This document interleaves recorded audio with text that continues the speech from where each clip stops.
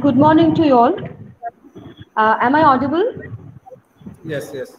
Okay, thank you very much. On the behalf of the Department of Political Science, Ramnagar College, I welcome you all to the first session of the second day of the international webinar on constitutional obligations, values, rights, duties, and responsibilities of the citizens. We are actually grateful to you all who have come and joined us for delivering your good lectures, and to them also who are listening to us online. Today, we have two talk. First, by Dr. Suratha Kumar Malik, and the second, Muhammad Rezaul Karim. And then we'll have the second session where six scholars will be presented their papers. First, Artotranath Kochait, Associate Professor Political Science, Sri Chaitanya College, Habra. Second, Prashanto Rokhit, Assistant Professor, Gorbeta College. Third, Pranab Ghosh, Assistant Professor, Department of Education, Pashkura, Bonomali College. Fourth, Tirthankar Basu, Department of Geography, University of Gurgaon. Fifth, Jyoti Mitra, Assistant Professor, Department of Political Science, Mugberia College, Mahavidyalaya. Sixth, Parthasarathi Nondi, a research scholar, Secom Skills University, Shantiniketan. We are very happy to have the first speaker of today, Dr. Suratha Kumar Malik. He is the Faculty of Political Science Department, Vidyasagar University. He did his master's and MPhil from Jawaharlal Nehru University, PhD from Vidyasagar University. Now let me just talk about his area of interest, which include tribal and Dalit politics and issues, Indian political thought and philosophy, international relations and politics, etc. It is actually needless to say about this kind of eminent scholars about their works and all, but still I must say that he has published many articles in national and international journals. He has 5 books, presented n number of papers in international and national seminars and conferences. He's a social activist as well. So now I would request Sir Suratha Kumar Malik to please deliver your lecture. Over to you, sir. Okay, thank you so much, madam. শুনতে পারছেন আপনারা? হ্যাঁ, শোনা যাচ্ছে। Okay. First of all, I must say my greetings and I congratulate the Department of Political Science, Ramnagar College, for organizing this kind of international seminar webinar, because organizing this kind of webinar is a very challenging task as far as the infrastructure and facilities of a college is concerned. It is for us in the universities a routine activity, organizing seminar, conferences, and webinars. But for the college, organizing an international seminar is really a challenging task. So I first of all congratulate and my greetings personally. I greet to the organizer and especially the Reward Principal Misra sir for taking this initiative, the organizer Shamal Babu and others for this providing an opportunity especially to the students, because college students don't have spouses, don't get any opportunity to listening to the speakers, especially from from national and international repute. So thank for organizing this, and also I'm thankful to the college and the organization, the Principal Misra sir, for inviting me to share my views regarding today's topic on fundamental, you can say duties, not fundamental, but duties and its implications. So thank you all. I'm sorry, first of all, I came late because due to my other assignments and other things. So without much ado, let me start the topic, today's topic, which has been interested to me to speak something. So how much I can speak, Samal Babu, how much time I will speak? Sir, for 1 hour. Okay, 1 hour. Yes. Okay, so 1 hour I will speak 40 to 50 minutes, and I will definitely invite you your students and your colleagues to have an interactive session rather than kind of monologue dialogue from me. It's always pessimistic to listen to a particular speaker and rather dominating his views. So it should be I will expect some questions and answer question and sessions. Okay. Yes, sir. Yes, sir. Yes, sir. So I think today's topic I have chosen is a very pertinent one. Why? Because since the last 75 years of India's independence, and we are talking and we are all talking about the rights, the discourses on rights, rather than we are not emphasizing too much on duties. So I think it's the high time and the crying of the need of the hour to talk and to have some introspections regarding our duties rather than always talking about our rights. Okay, rights is there as Indian citizens, as a citizen of the country, sovereign country. We have certain rights. We have certain natural rights. We have certain fundamental rights. We have certain, even there is UDHR, Universal Declaration of Rights, human rights. So all is there, but what about the other side of the coin? What is that? That is the duties. And we know without duties we can't assert our rights, because one's right is others duties and others duties is one's right. So if you can't perform our duties, same way we can't claim for our rights. So this is interrelated, and both sides of the same coin. So this is the time I think we should think over and seriously deliberate and discuss the perspectives on duties. Okay, then we can understand the rights very pertinently. So my lecture, what I think initially today is to give a very historical background of this, rather than focusing most of this present duties of the Indian Constitution provided in the Indian Constitution and its obligation towards states, other things. This modern categories is one part of the lecture. That is my later part, and my initial part will focus. I will focus on basically on the spiritual notions. So when we're talking about duties, so it's an obligation not to state, obligation to the family, obligation to individual himself or herself, obligation to the society, to the state, and in larger way to the to the spiritual community. That means the greater sense to the human being, or you can say what we believe in the common brotherhood or mankind. Okay, we are as a human being, and we have one earth to live, and we are all brothers and sisters, as per Swami Vivekananda, that his brotherhood, and Vishwa Manavbad, Vishwa Bhatrutavad, Vishwa Manavbad. If I can say in Bengali, because I think there are some students, because in college level it's better to speak in Bengali, but my limitations that my non-association I know with this Bengali, because I belongs to Odisha and I have educated from JNU. So I will try in my speech to share some of my views in Bengali so that the students can be more familiar with my lecture. So I will talk on that part, the spiritual aspect of duties.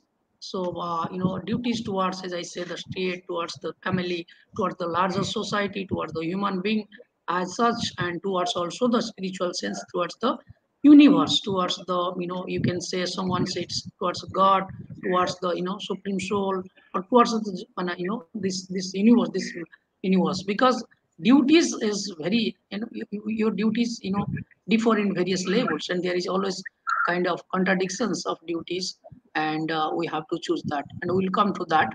And I will replace this term duties with the ancient term we use basically in Indian context, that is, traditionally dharma. It's not a religion. Don't take it as for religions. Otherwise, it will be very confused. That I'm not talking about at all a religion. I'm talking about duties. That is called dharma for each individual. It's being, it's creation. Everyone has its own dharma. So that aspect I will highlight in the initial of my lecture. Then I will move to more the ethical or the moral dimension of the duties. How far morally it is it's a kind of categorical imperative, and you have concerns that you have to be first work on your duties, and what is that the moral and ethical aspects of duties.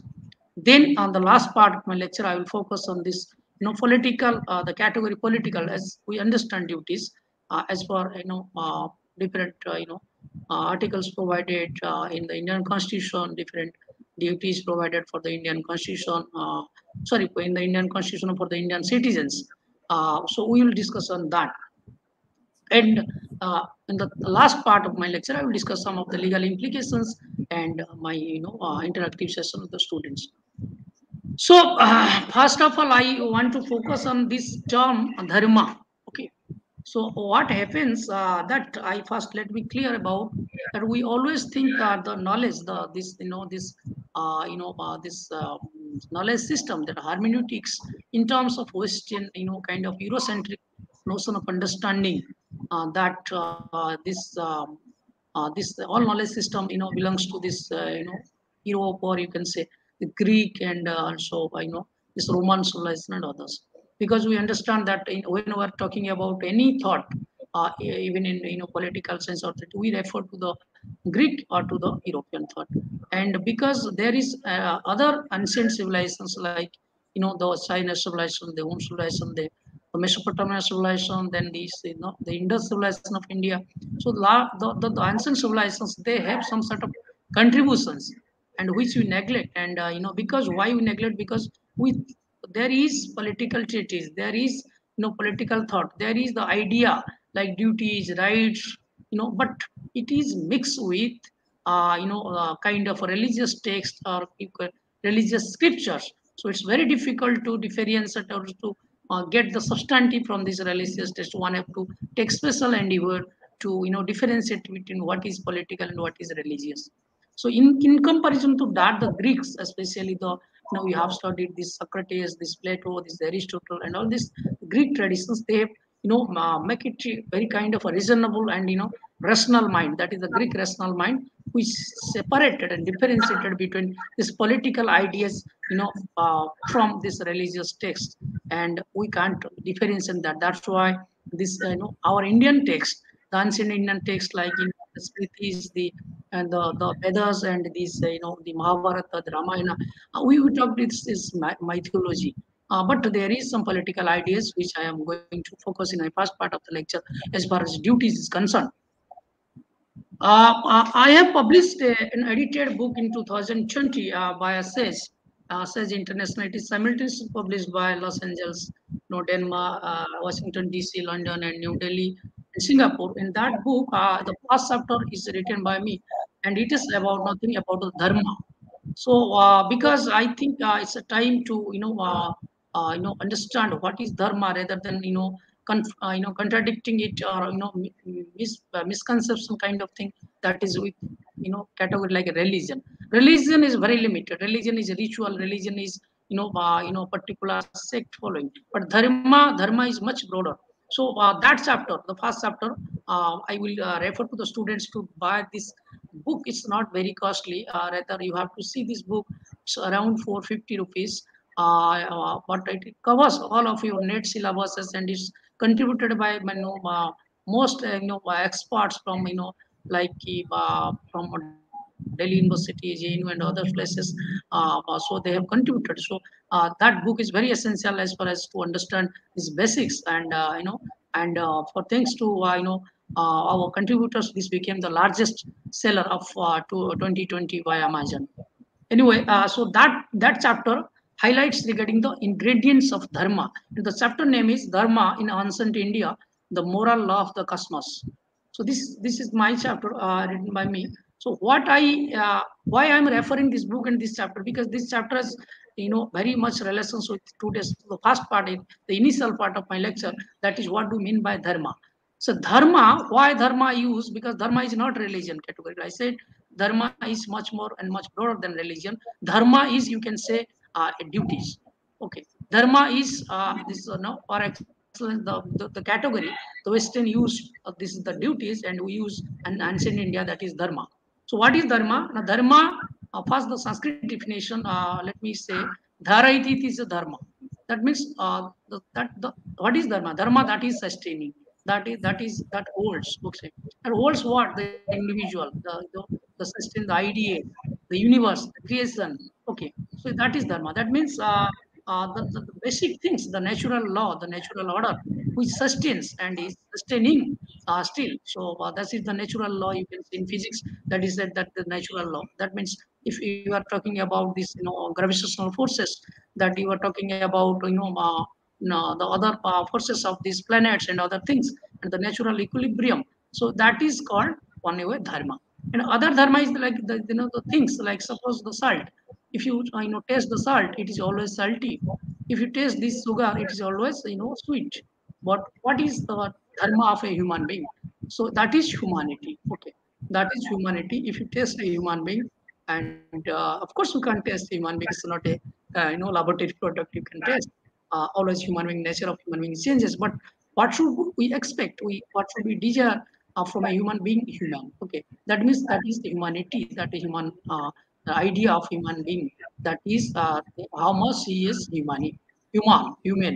Okay, so the idea of dharma is dhara iti is dharma. That means it is much broader than this notion of this uh, the religion. So dharma, again, I can say dharma in upholds, dharma upholds the universe. It supports and also sustains, and without which the universe just falls apart. That means the larger law, that the larger law of the universe, that is called dharma. So what is the relation of its duties? Because we all have duties, we all have dharma to perform. Everyone has dharma. In ancient India, you see, there was the concept was Raj Dharma. Okay, that means the duties of the ruler, the ideal ruler. Okay, you will find a lot of references from Yajnavalkya, from from even if from some kind of text like Arthashastra and other things. So the Raj Dharma, Santi Parva of Mahabharata and other things. So the Raj Dharma is the great dharma. Even if the ruler there, it is today we are talking about political obligations, and we are talking about that if a ruler violates law, so we can even the people, even the the subjects, they can rebel against this. যদি কোনো রাজা অত্যাচারী হয়, শোষণকারী হয়, তাহলে কি করে প্রজারা তার বিরুদ্ধে রেভলিউশন করতে পারে, রেবেল করতে পারে, বিদ্রোহ করতে পারে। এবং এটাই বলা হয়েছিল আমাদের এতে যে dharma, that means even the ruler, the highest ruler, the emperor is under this dharma. You can't violate dharma. Okay, he is subject to the dharma. You have to obey.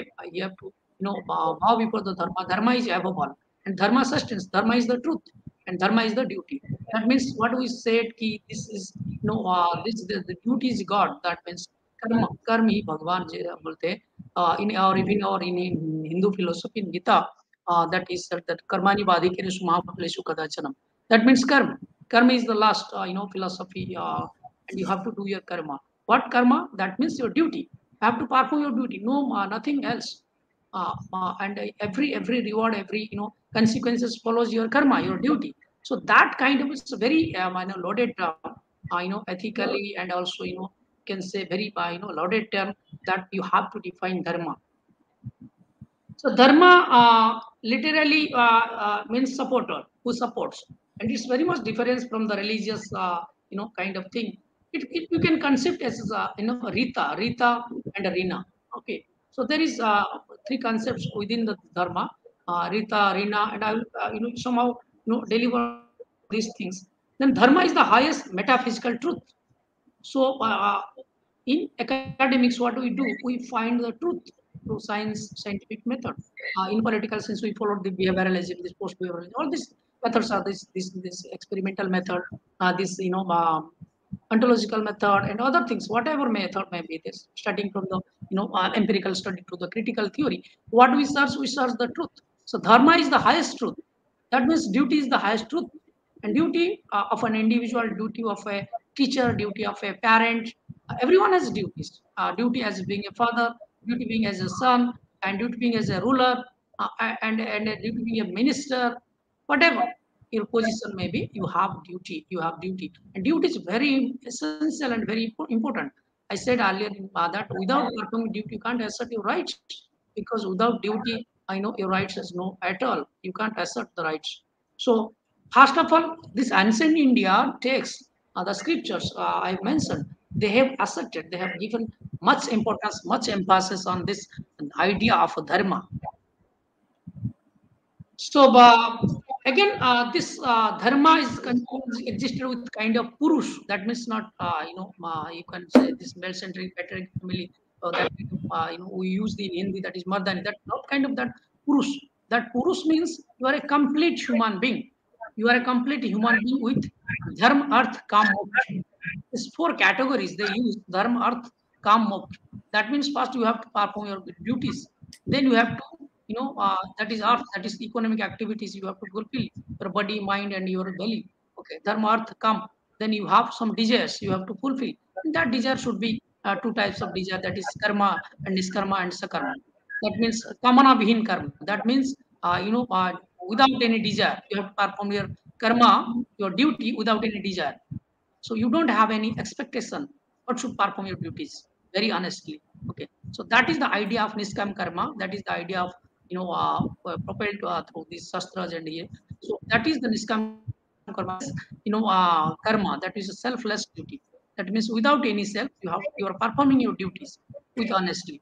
Okay, so that is dharma. So dharma is very much ideal duty. Dharma is a duty performing honestly. Dharma is a duty performing for the greater, from the larger society, for the purpose, not for yourself, not for your. I'm getting a job. I have a beautiful house, and my income is so much. I have come from an affluent family. So that is not the performing one's dharma. The dharma means in a broader sense. You can similarly the Western categories I could highlight here. That is Rousseau's general will. Okay, so Rousseau, Jean-Jacques Rousseau, he said about this will, individual's will.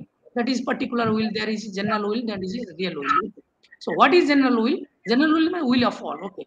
The real will means when your will, যখন তোমার ইচ্ছাটা সবাই ইচ্ছার সাথে তুমি match করো। That means even our text said about this. Hindu text said about this. That means there is a sloka from I think if I'm not wrong, it's from Mandukya Upanishad. Ayang nijo paravati gananang laguchatasam udaracharitanang tu vasudheva kutumbakam. That means that you are your soul, yourself is a larger self of the universe. You are a part of others. If you feel that kind of thing, then your duties, your performance, your karma is dedicated to the society. You're dedicated to the community, dedicated to your state. Even in the larger sense, in spiritual sense, it's dedicated to the Jagat Guru, to the God, or to you believe in Ram, you may believe in Krishna, you may believe in Allah, you may believe in Krishna, you may believe in Lord Buddha, whatever you believe, even if you don't believe. Okay, you perform your duties, you perform your karma. That is your God. That is your essence of achieving the highest excellence of human beings. That is the perfections. Okay, and in different religion it is called moksha, it is called jannat, it is called paradise, whatever may be. But you will achieve excellence as human being by creating some value, and that value should be created by through performing your duties. And what's the problem why you are performing your duties? You see, for example, you are a teacher. I am a teacher. Okay, so I should ask questions to me myself whether I am performing my duties or not. Whether I am, I am very much. Hello. Anyone saying anything?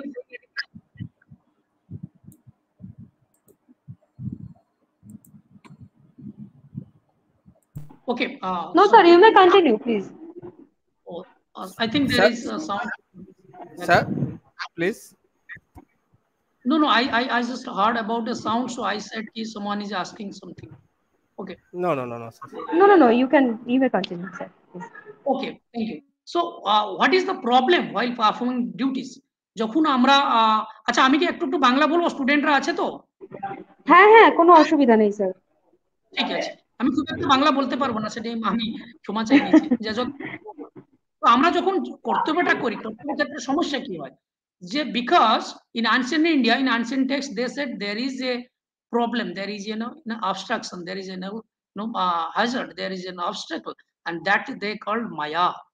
So maya is in the way on in towards the way towards your excellence, towards your performance, towards your liberation, towards your you can say moksha, towards your solas, towards achieving the highest truth, that is God or Brahma or whatever you may, Janat, whatever, paradise. So that's the problem. So maya is there. What is maya? Maya is not kind of the maya you said in Jog Maya, you may Jagadamba, Durga, whatever they have called this, but the maya is that your desire, your expectation. We expect things without performing our duties. Gita में बोला गया है, गीताते છે कर्माणि बाधिकेषु मा फलेषु कदाचन. That means you please do your work. Don't expect, don't desire about the fruits, about the consequences. Consequences will lead according to your action. Suppose আমি একটা আম গাছ লাগাবো, আম গাছ থেকে আর লেবু হবে? লেবু তো হবে না, আম হবে। যদি আমি ঠিকঠাক ও নার্সারিং করি বা ডিউটিস করি, আম হবে। আমটা হয়তো ছোট বড় হতে পারে অ্যাকর্ডিং টু তার বিভিন্ন ডিফারেন্সিয়াল ফ্যাক্টরস আছে, সয়েল ফার্টিলিটি আছে, নার্সারিং আছে, ফার্টিলাইজেশন আছে, ওয়াটারিং আছে, এনভায়রনমেন্ট আছে, বাট আম থেকে নিমু হবে না। That means your duties first, your duties first. Don't, what problems today we face that we don't have patience to perform our duties. We assert our rights, we expect the fruits. আমরা আমের গাছের fruit চাই গাছ লাগানোর আগে। আমরা চাই কেউ আমাদের একজন গাছ লাগিয়ে দিয়ে আমাদের হাতে আমটা ধরিয়ে দিই। So what hour duties, what, আমরা একটা গাছ যদি লাগাই সে আমটা আমরা খেতে পারি না, কিন্তু পরবর্তী প্রজন্ম খেতে পারে।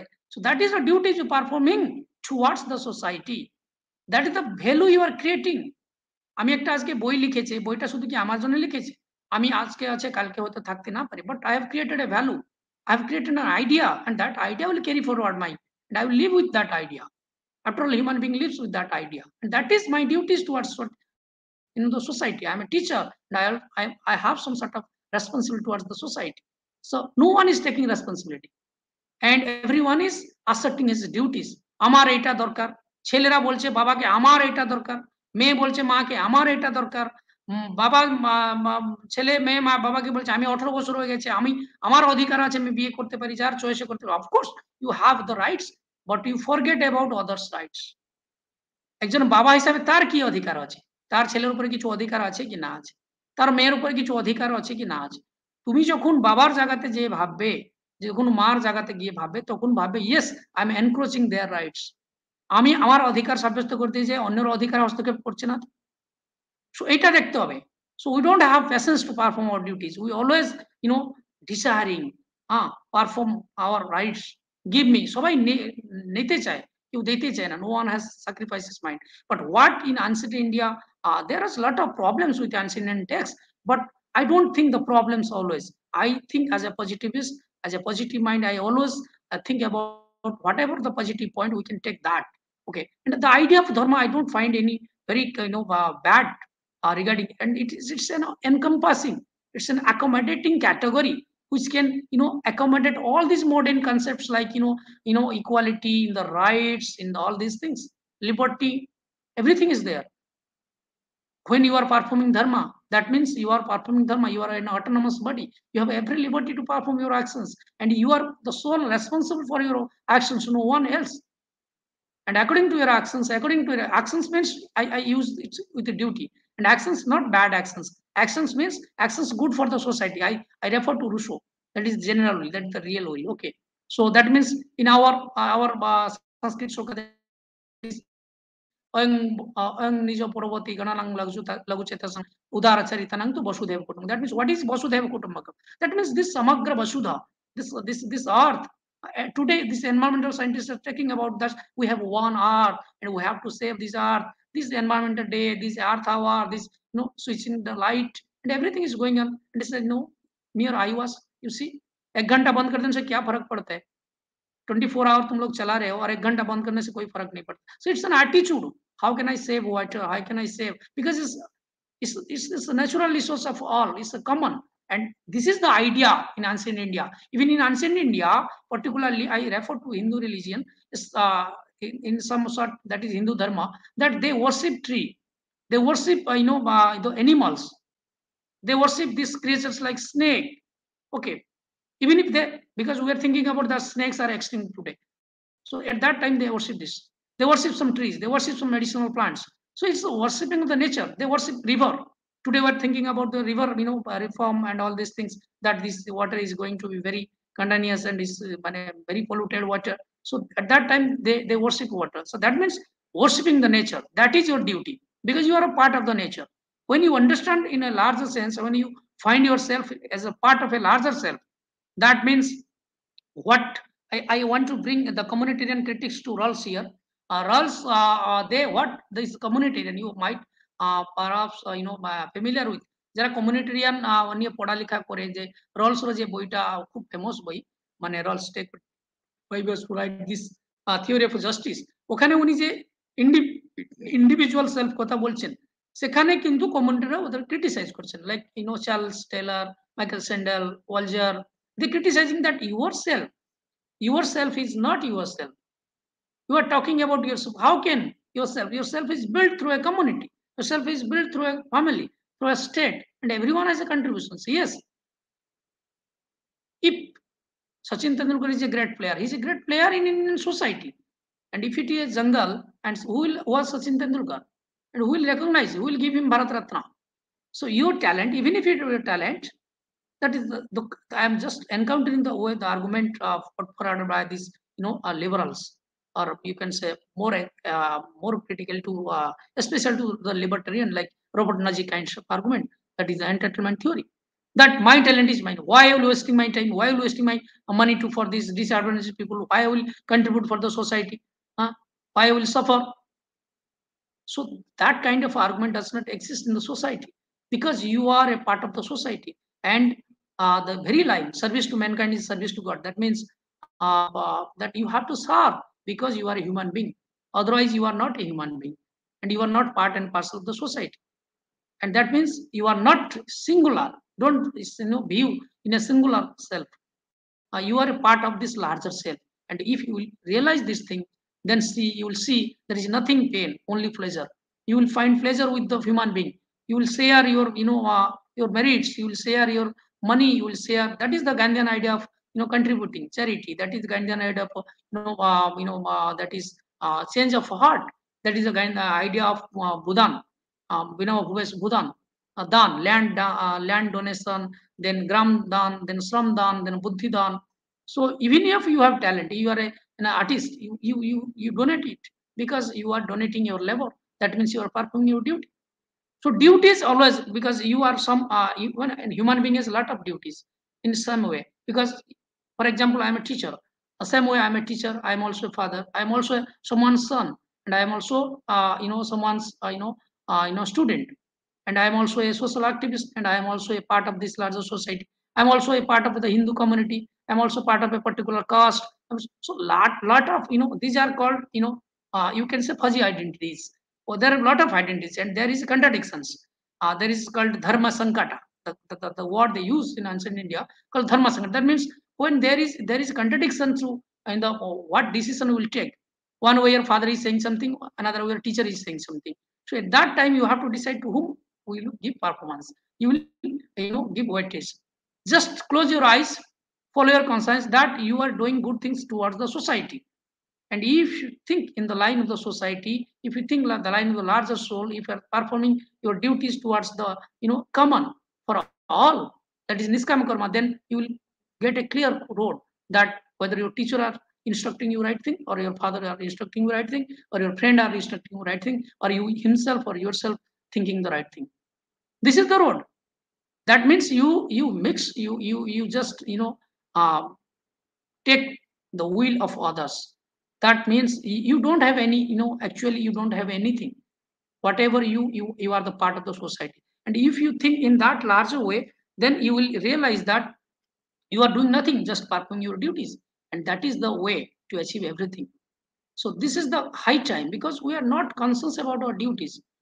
We are not conscious about, for example, I am just citing one example. Last, month or 2 months later, I just, faced a person in the traffic, and he's continuously, giving this horn from this two-wheeler, and there is a traffic jam. Okay, I just looked back and said, Bhaiya, why are you making this noise?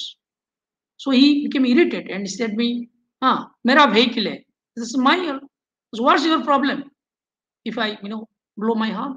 So we don't have kind of civic sense. That means uska bike hai, tar gadi, tar horn, wo ja ichha korte pare. Mane he doesn't concern about others. He's just asserting his rights. Okay. And what is his duties? He should maintain that is my my kind of activities disturbing others or not. हर्न तुम्हारा है, गाड़ी तुम्हारा है, but रास्ता तो तुम्हारा नहीं है, पब्लिक तो तुम्हारा नहीं है, दूसरे को क्यों डिस्टर्ब करे? So when you will be conscious like that, should I disturbing others? Should my activities leading towards, catastrophe, towards danger for others? Should my statement is very sentimental to others? Should my statement is very sentimental to other religion, other community, or other self? Should I respecting others? Is my action anyway sectarian? So if you look in that way, and whether I am performing the right duty or not, so that way you will lead towards more towards your duties rather than your rights. And even if you are asserting rights, मुझे मिला नहीं, बच्चा बोलता है ना माँ को कि मुझे ये चाहिए, मैं 20 साल हो गया हूँ, मुझे ये चाहिए, मुझे गाड़ी चाहिए, मैं अपने I can choose my own, bride or bridegroom. So this is only the rights, asserting rights. Okay. So without performing the duty. Again, same in the case of state. In case of state, that when you are demanding some rights, because rights are some claims of the individual, of the citizens from the state. So when you are claiming your rights, you have certain duties, and rights are not absolute at all. They are conditional.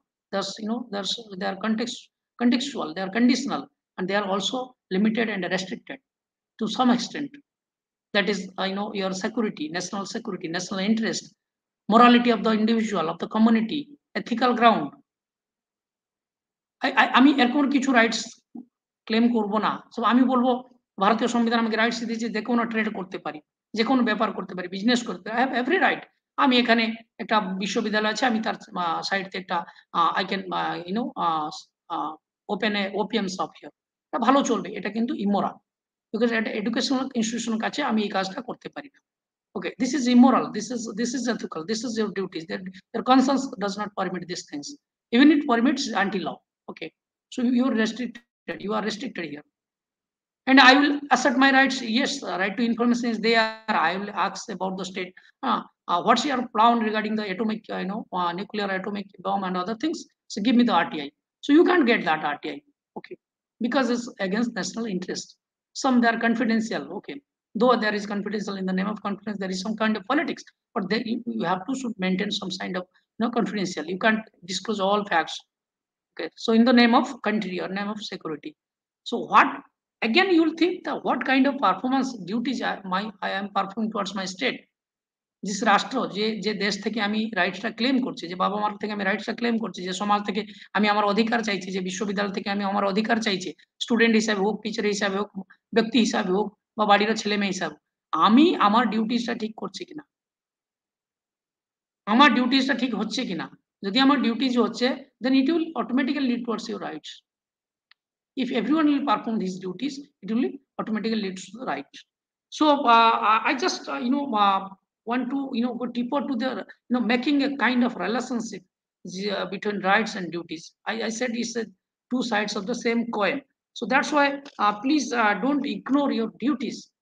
And because we are not performing duties, because duties, it's not kind of very rigorous or very judicious. Suppose one example I can show, that protecting environment is a duties. Protecting natural heritage, historical monuments, it's a duties. So how many we perform this? Because there is no law. Even if you are not protecting the environment, no one is going to see you.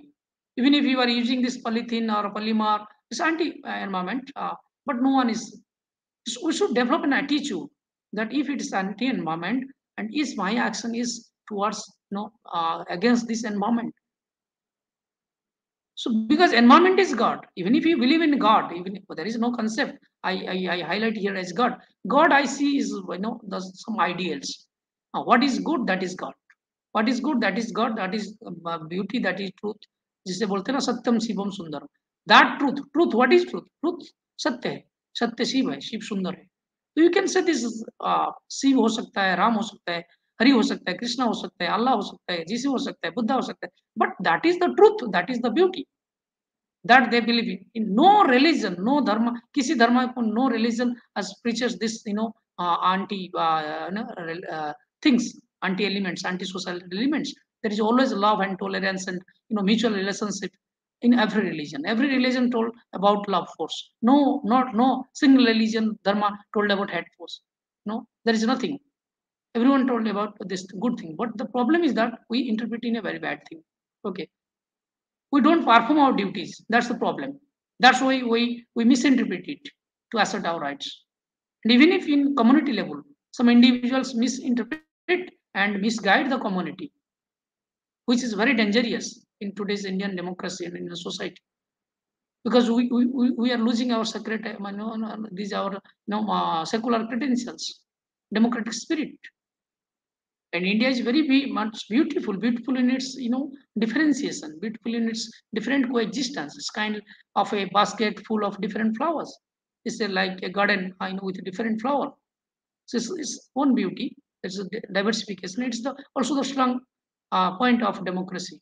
But it only sustain when every community will perform its own duties rather than asserting rights.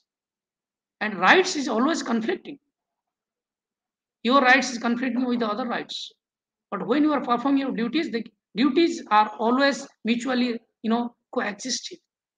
That means you are performing your duties. That means your duties is another person's right. You are respecting others' religion. That is your duties. And when you are respecting others' religion, others' views, others' sentiments, even if others, you are listening patiently to others, that means you are performing your duties and others are performing his rights. So this is the essence of performing duties, and in duties we can build a good nation, a good country, even a good society, and a good can say a better universe, a better human civilization. Today, what we face, a lot of violences are there. Listen from this Ukraine crisis, this recently that Afghanistan crisis, this all this. So why it is happening? In this context, I bring to some kind of Gandhian idea, that is non-violence. Even if for duties should be very non-violent, because rights is always violated. Because if you are not fulfilling your rights, then there is a frustration within you, and you are going for strike. You are going for damaging public things, and you are going for dharna, strike. Then gadi jala do, national highway ko block karo, ye karo, wo karo, public property destroy karo. So this is it. But if you are performing your duties, it's always non-violence. Gandhi asserted, Gandhi give much emphasis on duties, not rights. Gandhi said, you perform your duties, then automatically your rights will be fulfilled. So we have to give something before we want something. We have to perform our duties. So Gandhi said, if you are believing in non-violence, what are the difference between Gandhi and other leaders, especially the moderate and the extremists? That what Gandhi said, that we can't achieve good things through bad means. That means আমরা খারাপ রাস্তায় গিয়ে ভায়োলেন্সে গিয়ে কোনো ভালো জিনিস বা non violence জিনিস বা পিস এক্সিস্ট করতে পারি না। একটা মেথড আছে যেরকম Karl Marx kind of method, বা you can say Marxian or socialist way of interpreting society. That means there is nothing called peace without bloodshed. যুদ্ধ के बिना शांति नहीं। तो এরকম একটা approach আছে, but I don't believe in personally that, and also Gandhi doesn't believe in that. Gandhi said ki if you believe in violence, if you believe in asserting our rights, suppose a large community they assert their right, they have the right to be separated. Okay, even today this separatism, this secede, the right to secede is not permitted in Indian constitution because we are not a true federation. Still, some states, some part of India, they are asserting their rights that they have the right to be separated. But in that way, we see that this integrated India may be divided. We can think that are these citizens are performing their duties when asserting their separateness? or only we claims that we are excluded, we don't get anything. So should we, accommodate ourselves to our duties? No, we're not performing our duties. So that's why Gandhi is, important. Gandhi is very much important. Gandhi's idea is very much important because today this world is facing, a lot of violences. We are egoistic. Gandhi said, the earth is sufficient for the needy, not for the greedy. এই পৃথিবীতে যারা যারা needy, যারা যারা দরকারি করে, যারা কিছু খাইতে পিতে চায় বা কিছু, তাদের জন্য পৃথিবীতে অনেক কিছু আছে। কিন্তু যারা গ্রিডি, তাদেরকে গোটা পৃথিবী দিয়ে দিলেও তাদের মানে শর্ট পড়বে। তারা তো গ্রিডি, যেটাকে বুদ্ধ অনেকদিন আগে বলেছিল desire. Have to complete control your desire. কিন্তু ডিজায়ার পরে কোনো কিছু হয় না, ডিজায়ার আবার একটা ডিজায়ারকে নিয়ে আসে। হ্যাঁ, যেরকম তুমি একটা আজকে একটা তোমার একটা গাড়ি দরকার ছিল, সেটা হয়ে গেল, তারপর তুমি বলবে না এটা হচ্ছে না, এটা 4 হুইলার দরকার, 4 হুইলার থেকে আরো কমফোর্ট যাবে, কারণ লাইফে যত কমফোর্ট নেবে সেই জন্য peaceful simple life is better. You have to just perform your duties and man lives in deed not in year. মানুষ তার কর্মে বঞ্চে, ঠিক আছে? কোন ইয়ার কত বছর বঞ্চলো, কিভাবে বঞ্চলো সেটা বড় কথা নয়, কি কর্ম করেছে সেটা বড় কথা। মানুষ মরে যায়, তার কর্মতে সে বেঁচে থাকে। তার কর্ম মিনস দ্য ডিউটিস, দ্যাট কর্ম। What do you perform towards yourself, towards your parents, towards family, towards society, towards a larger community? Even একজন তো আছে যারা বিশ্ব মানববাদ কথা বলে, তারা গোটা বিশ্বের, তারা কোনো মানে গ্রামের নয়, কোনো জাতির নয়, কোনো ধর্মের নয়, কোনো দেশের নয়। আমরা তাদেরকে নিজের রিজনালিজম ইয়ে করতে চাই যে আমরা বলি এ উড়িয়া, এটা আমাদের হয়, এটা বাঙালি, এটা ইয়ে, but we should not restrict them.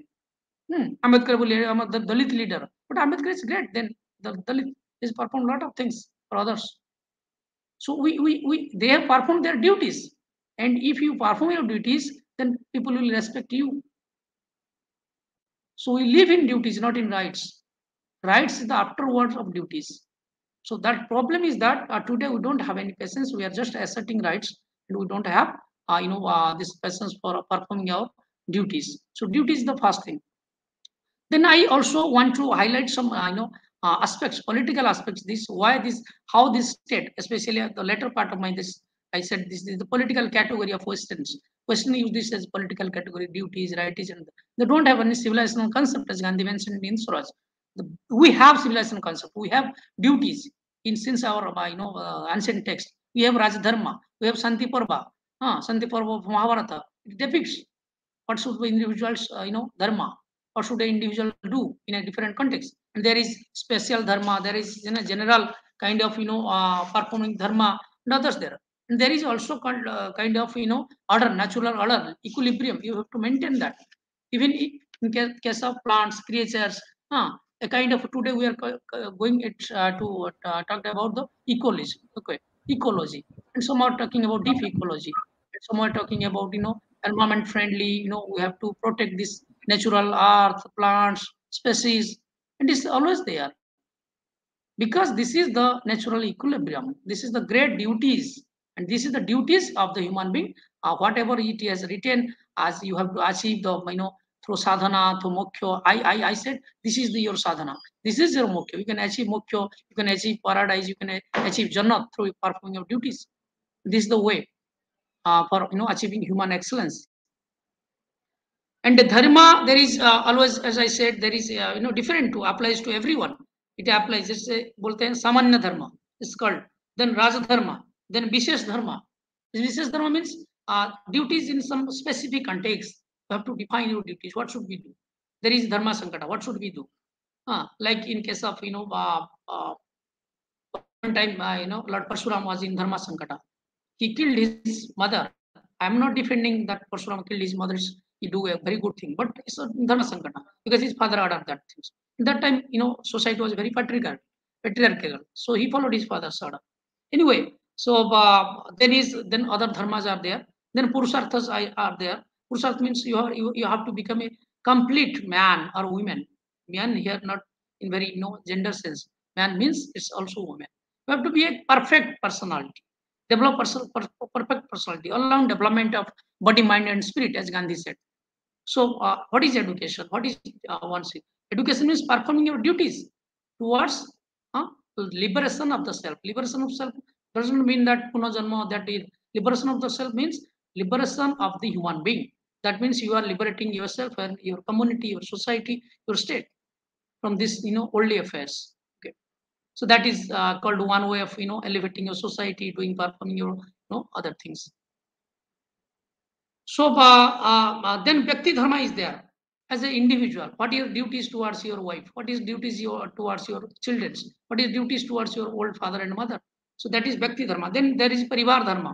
Okay, relatives is there. There is Rashtra Dharma. There is Samaj Dharma. You have to perform as you are a Dalit. You are a I said you are a minority. You have some sort of rights for your fellow beings. So that is Samaj Dharma.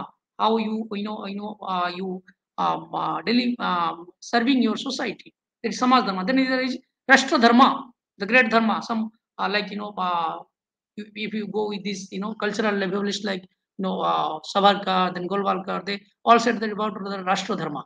That means serving for the. You can say it's very you can criticize it and you can differ from my views, but that they consider that in the name of Rashtra that Janani Janma Bhumisha Sargadhapi Kariyasi. That means mother and motherland is more than heaven. तो जन्मभूमि के लिए सब कुछ समर्पित करना. So that is Rashtra Dharma. But that kind of Rashtra Dharma also somehow problematic. If we blindly think that our Rashtra is very much good, then others are bad. So that way we can take Tagore, who was very much broader than this kind of narrow nationalism, is thinking about internationalism, cosmopolitanism. Even if Vivekananda was, they were beyond this narrow nationalism. But there is Rashtra Dharma. First Rashtra, you have to defend your country. You have to defend your Matbhumi. You have to sacrifice some sort of labor. কেউ জীবন দিতে বলছি না, তবে তোমাকে কিছু না কিছু তো ডিউটি পারফর্ম করতে হবে. Because you are the man of, you are the citizen of this country. Someone is abusing your mother language, your mother tongue, your Matruhumi and your country, your mother India, you may say. But you are in silent because you don't do anything and you are asserting your rights. It's not the duty of Indian citizens. Okay, so we have to develop our national character also. In that way, we can protect. I'm talking about as an Indian citizens, not any religious, any caste, ethnic. জাতি ধর্ম বর্ণ লিঙ্গ বাসস্থান নির্বিশেষে যেটা ভারতীয় concept দেয়া হয়েছে. So we are talking about that kind of Indian, the Indianness within you. So that is one way of performing your duties towards the state, towards Rashtra Dharma. Then finally your Manav Dharma. After all, and finally and last, you are a human being. When it's transcend and it's beyond your nationalism, that's transnational. When you are talking about people from different countries, and that way you can transcend yourself as an Indian, and you will be a part of larger self. That is, you are a Manavbad, Vishwamatrutobad. So Manav Dharma. That I said na, humanity. যদি নুনটাকে চাখি আমরা নুনি লাগি, সুগারটাকে আমরা মানে sweet লাগে, তাহলে মানুষকে চাখলে কিরকম লাগবে? সো মানুষ মধ্যে হিউম্যানিটিটা বড় কথা. ওটা হচ্ছে তার বড় ধর্ম, তার নেচার, ওটা ওর স্বভাব. একটা স্বভাব কথা বলে না প্রকৃতির মধ্যে, এটা স্বভাব, nature. So your nature is that you are a human being. Then your societal nana different kind of, earlier there was Apad Dharma, Yug Dharma. Even Gandhi said, and many people have interpreted Gita. Tilak has interpreted Gita, and Tilak said about tit for tat. That means itte ka jawab pittar mein. Gita mein jo श्लोक है, यदा यदा हि धर्मस्य ग्लानिर्भवति भारत अभ्युत्थानम् अधर्मस्य तदात्मा सृजनम् परित्राणाय साधूनां विनाशाय च दुष्कृतम् धर्म संस्थापनार्थाय संभवामि. That means don't take this sloka as sloka. You just take that the dharma sansthapanartha. That means to find an equilibrium. There is always a balance, and there is always a balancing element which balance these things. And that in Gita you can take as Krishna, or in Mahabharata, Arjuna, and this war. And this war is not war in Kurukshetra or outside. This war is always continuous within your body, within your mind. There is always Kauravas. There is always bad thinking in your mind. There is always people within you who are asserting that as a person you should demand this thing, you should get these things, this is your right, you are excluded. And there is also a person within you, that is your conscience, that is that, and no, you have to perform your duties, and you have to respect your society, you have to respect your elders, you have to respect your country, you have to respect for your ideals, you have to follow the good things. Don't think about what is bad happening. You just can overcome the bad through good means. তো সেটা বলেছিল না গান্ধী যে শুধু বিল্লি বিল্লি মানে আমরা যে cat দেখি, এক্সট্রিমিস্টরা কি বললো, চরমপন্থীরা, যে আমাদের কথা বলে, এরা বলেনি, আমি বলছি, মানে they they they they they emphasize more on me ends rather than means. ওদের ছিল লক্ষ্যটা যদি ঠিক আছে, যে কোনো মিনস দিয়ে হাসল করা যায়। যে আমরা হিংসা বা অহিংসা হোক, ব্রিটিশরা আমাদের সাথে হিংসা করছে, আমরা কেন ওদের সাথে অহিংসা করে এটা করব? আমরা হিংসাকে হিংসাতে কোনটা কণ্টকে নবে কণ্টকম যেটা বলা যায়, যে আমরা we will but the problem is what Gandhi said কি ভায়োলেন্স প্রিসিডস ভায়োলেন্স। সবশেষে কার জয় হয়? ভায়োলেন্সের জয়। মানুষেরও রক্তপাত, যুদ্ধ এখন যেটা চলছে, world war, we are heading towards third world war due to some egoism of some leaders that power regularly power so we are heading towards, but কি destruction হবে, কি হিউম্যান বিংরা কি ক্ষতি হবে, সিভিলাইজেশন কত পিছনে চলে যাবে, কত লোক মরবে, কত যন্ত্রণাতে ছটপটে। We don't have that consequences in mind, we are just fulfilling our desire, aggressive desire, rights. এটা আমার হওয়া উচিত, আমি এটা চাইবা উচিত, এই পার্টটা আমার হওয়া উচিত, এটা আগে আমার ছিল, এটা এখন অন্য লোক নিয়েছে, আগে আমি যেন কোনো অবস্থায় এটা আমার নেব। তো এই যে আমাদের মধ্যে একটা জিদখোর মনোবৃত্তি, so that leads towards destructions. We don't understand, we are our self is not a larger self, our self is not thinking about others, our self is always thinking about ourselves. That's why we are asserting more on rights. When we'll think about others, we'll perform our duties. When we'll think about our old mother and father, we'll definitely perform our duties towards them. When we're thinking about our children, we'll definitely perform as a good parent.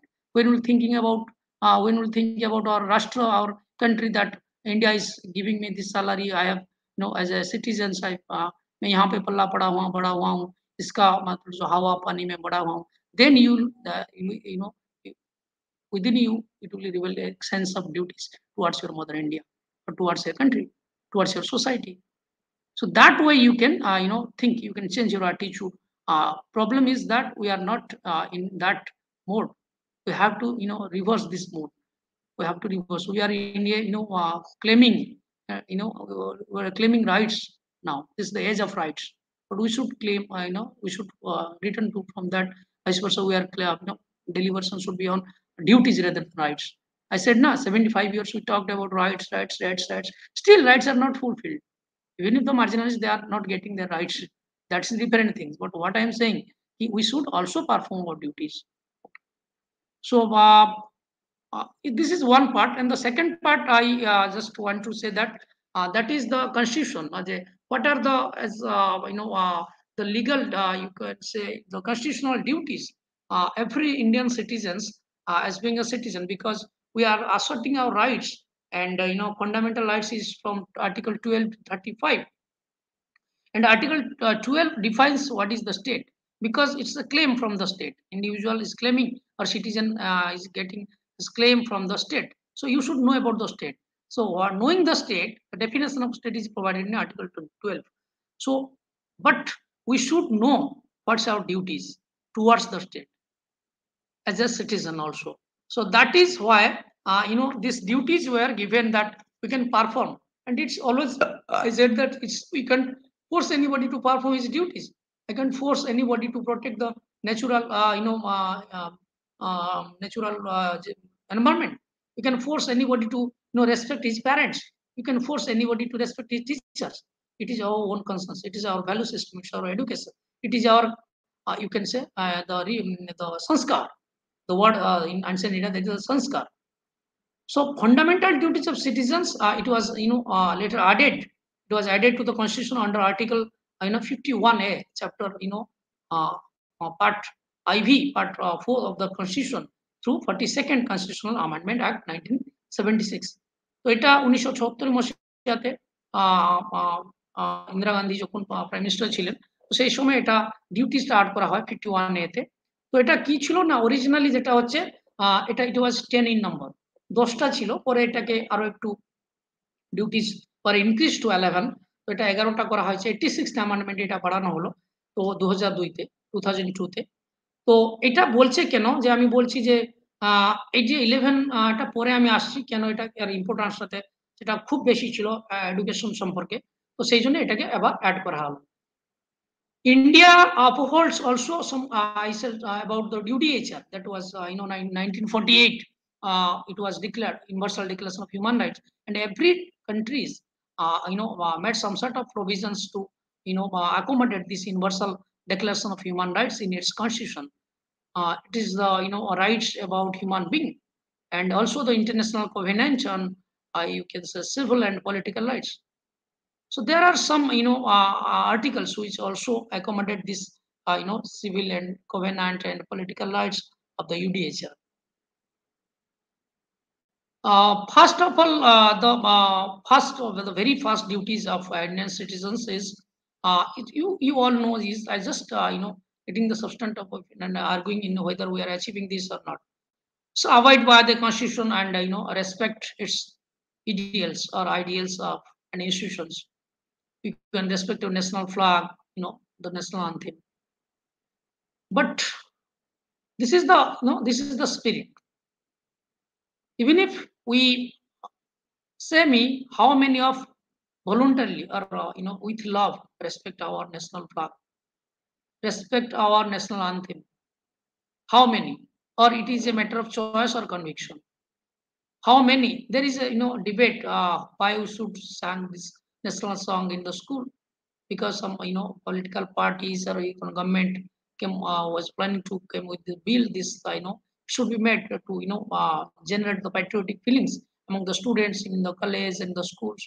But there is a lot of debates and there is some people, some group of people, they are objecting it. Why should this? Why will sing this Bande Mataram? Why will sing this national song? Okay. So এখানে আমার দুটো কথা বলার আছে। যারা ভক্তিতে বলবে, যারা ভক্তিতে বলবে বা যারা ভালোবাসাতে বলবে, দুটো হয়। যেরকম আমি একটা এক্সাম্পল দিচ্ছি, মানে just kind of a funny thing, but what I understand. তো আমরা ভালোবাসি না, আমরা সাপোজ আমি হিন্দু ধর্মের কথা বলি, আমরা বিভিন্ন ভগবানকে পুজো করি, যারা করে, যারা না করে সে আলাদা। সাপোজ কেউ দেখবে, কেউ ভগবান কৃষ্ণকে পূজা করে, কেউ ভগবান শিবকে পূজা করে, কেউ ভগবান শনিকে পূজা করে, Saturn.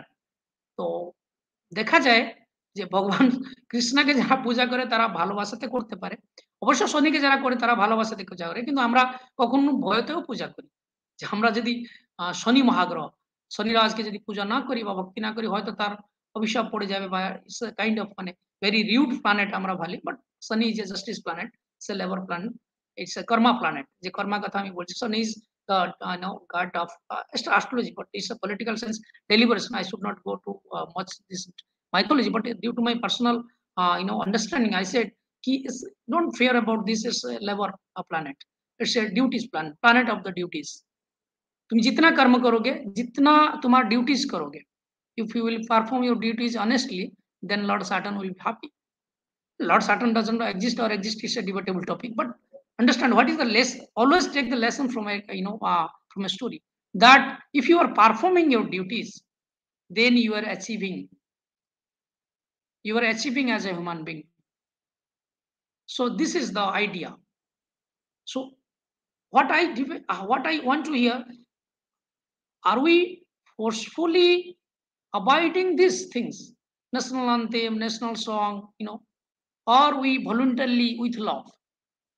So we should change the attitude. We should perform it through love, not through force. কাউকে ভয় দেখিয়ে আইন টাইন করে কাউকে ইয়ে করে তুমি সেটা সামনে করতে পারো, কিন্তু ওর মধ্যে যদি না থাকে, ভালোবাসাতে যদি না করে, ও কিন্তু ওটা মানে ইন্টারনালাইজ করবে না। ওকে, তো সেটা দিয়ে আর্টিফিশিয়াল দিয়ে কিছু হয় না। That means you are just cunning your self, you are just hypocriting your self. তুমি নিজের সাথে নিজে একটা মানে মানে কি বলবো, এটা তুমি এটাকে নিজেকে নিজে এ করছো, তোমার সেলফ সাথে তুমি একটু কম্প্রোমাইজ করছো। So you should learn this things. We have to develop an attitude that we should love, we should do things, we should do our duties with love, not as a force. আমাকে একজনকে কেউ এখানে বলবে এখানে camera লাগিয়ে দিলে তোমাকে আসে 11টায় ক্লাস নিতে হবে, আর আমি টিচার ভাবে কি আমার নিজের কোনো কনসার্ন নেই যে আমি একটা আসে ক্লাস নেব, বা আমি ভালো করে পড়াবো, বা স্টুডেন্টদেরকে একটু ভালো বুদ্ধি দেবো, ভালো জ্ঞান দেবো? তো এটা আমার নিজেকে। so that is the duties aspect. Duty is automatically regulated. It's not forcefully regulated by any law. Or law can do anything. তোমাকে ফোর্স করে কত সময় করা যাবে, কত সময় মানুষ at the moment যখন ফোর্সটা কমে যাবে, যখন আইন কানুন একটু হয়ে যাবে, তখন কিন্তু বদমাইশটা বেরিয়ে আসবে। So duties is an ethical aspect. Duties যেরকম আমি সেবাটা বলি, সেবা একটা মনোবৃত্তি। সেবা কাউকে ফোর্সফুলি করা যেতে পারে না। যদি ফোর্সফুলি করা হয় ওটা আর্টিফিশিয়াল হবে, ন্যাচুরাল ভালোবাসা আসবে না, মানে সেবা করা আসবে না। সমাজের যে মঙ্গল বা সমাজের সার্ভিস টু ম্যানকাইন্ড বা সমাজ জন্য যে সমাজ ধর্ম যেটা বললাম, এটা রাষ্ট্র ধর্ম বললাম, এসব কাউকে জবরদস্তি করে করা হয় না। জবরদস্তি করে কাউকে প্যাট্রিয়ট বানা যায় না, জবরদস্তি করে কাউকে দেশভক্ত করা যায় না। স্পিরিট, এটা অন্তর থেকে ভালোবাসা আসে। And we have a lot of examples in our history, how many they have sacrificed their life for our independence and struggle. And we don't understand their sacrifice. They never claim their rights. They only sacrifice their life for the country. And now we are doing nothing, we are just claiming our rights. So that's why we should think about whether we are forcefully, or it's a matter of choice or a matter of conviction that we are, accepting, we are respecting, we are abiding by this national flag, national anthem, and other things. To cherish, the second one is to cherish, to follow the noble ideals which inspired our national struggle, freedom movement. I said there's non-violence, that is love, that is truth, that is coexistence, that is fellow feelings, that is mutual love, that is multiculturalism, diversity. So all these noble ideas, and all these communities, caste, they fight together to build this beautiful India, and we have to follow those noble ideas. Okay, so we have to cherish, we have to feel proud, we have to celebrate this noble ideas, and we have to make practice within our life towards this noble goal. And again I said, আইন কানুন দিয়ে এটা কিছু হবে না। এটা আইন কানুন দিয়ে কাউকে কোনো আইডিয়া তার মাথায় ইনজেক্ট করতে পারবে না। সে যদি দেশকে ভালো না বাসে, সে যদি সমাজকে ভালো না বাসে, সে যদি তার বাবা মাকে ভালো না বাসে, সে যদি তাকে জোর জবরদস্তি দিয়ে কিছু করানো যাবে। So we have to change the system, the value system, the ethical system, the attitude, the mentality, and we have to reorient the educational system also. এখন আমরা কি পাচ্ছি? এখন বুকিস নলেজ, আমরা পরীক্ষার জন্য পড়ছি, পরীক্ষার গোটা মেমোরি করে আসছি, রাত্রে একদম মুখস্থ রটে রটে আসছে, সকালবেলা পরীক্ষাতে বমি করে দিচ্ছি। বমি মানে খাতার উপরে, হ্যাঁ, করে দিয়ে 2-4 দিন পরে আর জিজ্ঞাসা করলে কি ছিল বলো তো সেটা আর্টিকেল, স্যার সেটা তো পরীক্ষার সময় পড়েছিলাম ভুলে গেছি। Because we read for the sake of exam, not for the sake of read. তো আমরা যখন ভালোবাসায় পড়বো, যখন ভালোবাসায় জিনিসটা করব, সেটা অন্তর থেকে হবে। ওকে, so we need that kind of Indian citizens, we need that kind of duty, that you have to think that it is your God. That's why I first said, even if you believe in God, you believe that the duties is your God. How much duties you have performed honestly, that means you serve the God and you serve the society. And this way you are performing your duties towards human being. Service to mankind is service to God. যদি আমরা ভগবানকে বিশ্বাস করি, ভগবান বলছেন যে একটা কথায় যে উনি কোথায় থাকে না, মন্দিরে মসজিদে কোথায় থাকে না, if God exists. মানে God means you can say Buddha, Allah. Buddha was against God, or not kind of this perpetual God, but Buddha's God was kind of liberation of self. That is another. You are God within yourself. That means even if you believe that, they said what said na nature baithami vaikunthek joginang hrudayena cha mama bhakta jatra gayatim tishtami. That means don't search me anywhere, search within you. You perform your duties, you perform your karma, and through karma you can sacrifice me. আমরা জ্ঞানের প্রদীপ দিয়ে, হৃদয়ে পুষ্প দিয়ে, জ্ঞানের ভক্তি পুষ্প দিয়ে, জ্ঞানের আলোক দিয়ে ওকে আমরা নিজের কর্তব্যকে স্যাক্রিফাইস করে আমরা করব। কোনো বকরি স্যাক্রিফাইস করা দরকার নেই, কোনো ছাগল স্যাক্রিফাইস করা দরকার নেই।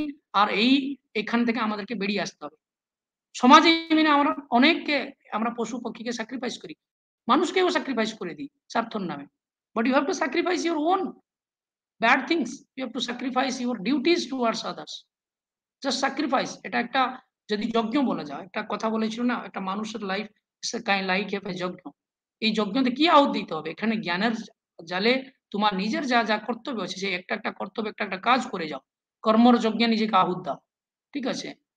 আমাদের একজন ওড়িয়া কবি বলেছিল, ওর নাম হচ্ছেন Utkalmani Gopabandhu Das, is the jewel of. উনি কি করেছিলেন? He has left his own single son to serve the people of Puri district. তখন বন্যাতে অনেক লোক মারা যাচ্ছে, প্রচুর, আপনারা জানেন ওড়িশাতে ফ্রিকুয়েন্টলি বাড় আসে। উনি সেবা করতে যাচ্ছেন, ওনার ওয়াইফ বলছেন না এটা আমার একটা ছেলেকে ছেড়ে। উনি বলছেন আমি একটা ছেলেকে কি মাঝে, আমার তো অনেক ছেলে মারা যাচ্ছে, মানে how large self he has. তারপরে এসে দেখছেন নিজের ছেলেটা মারা গেছে।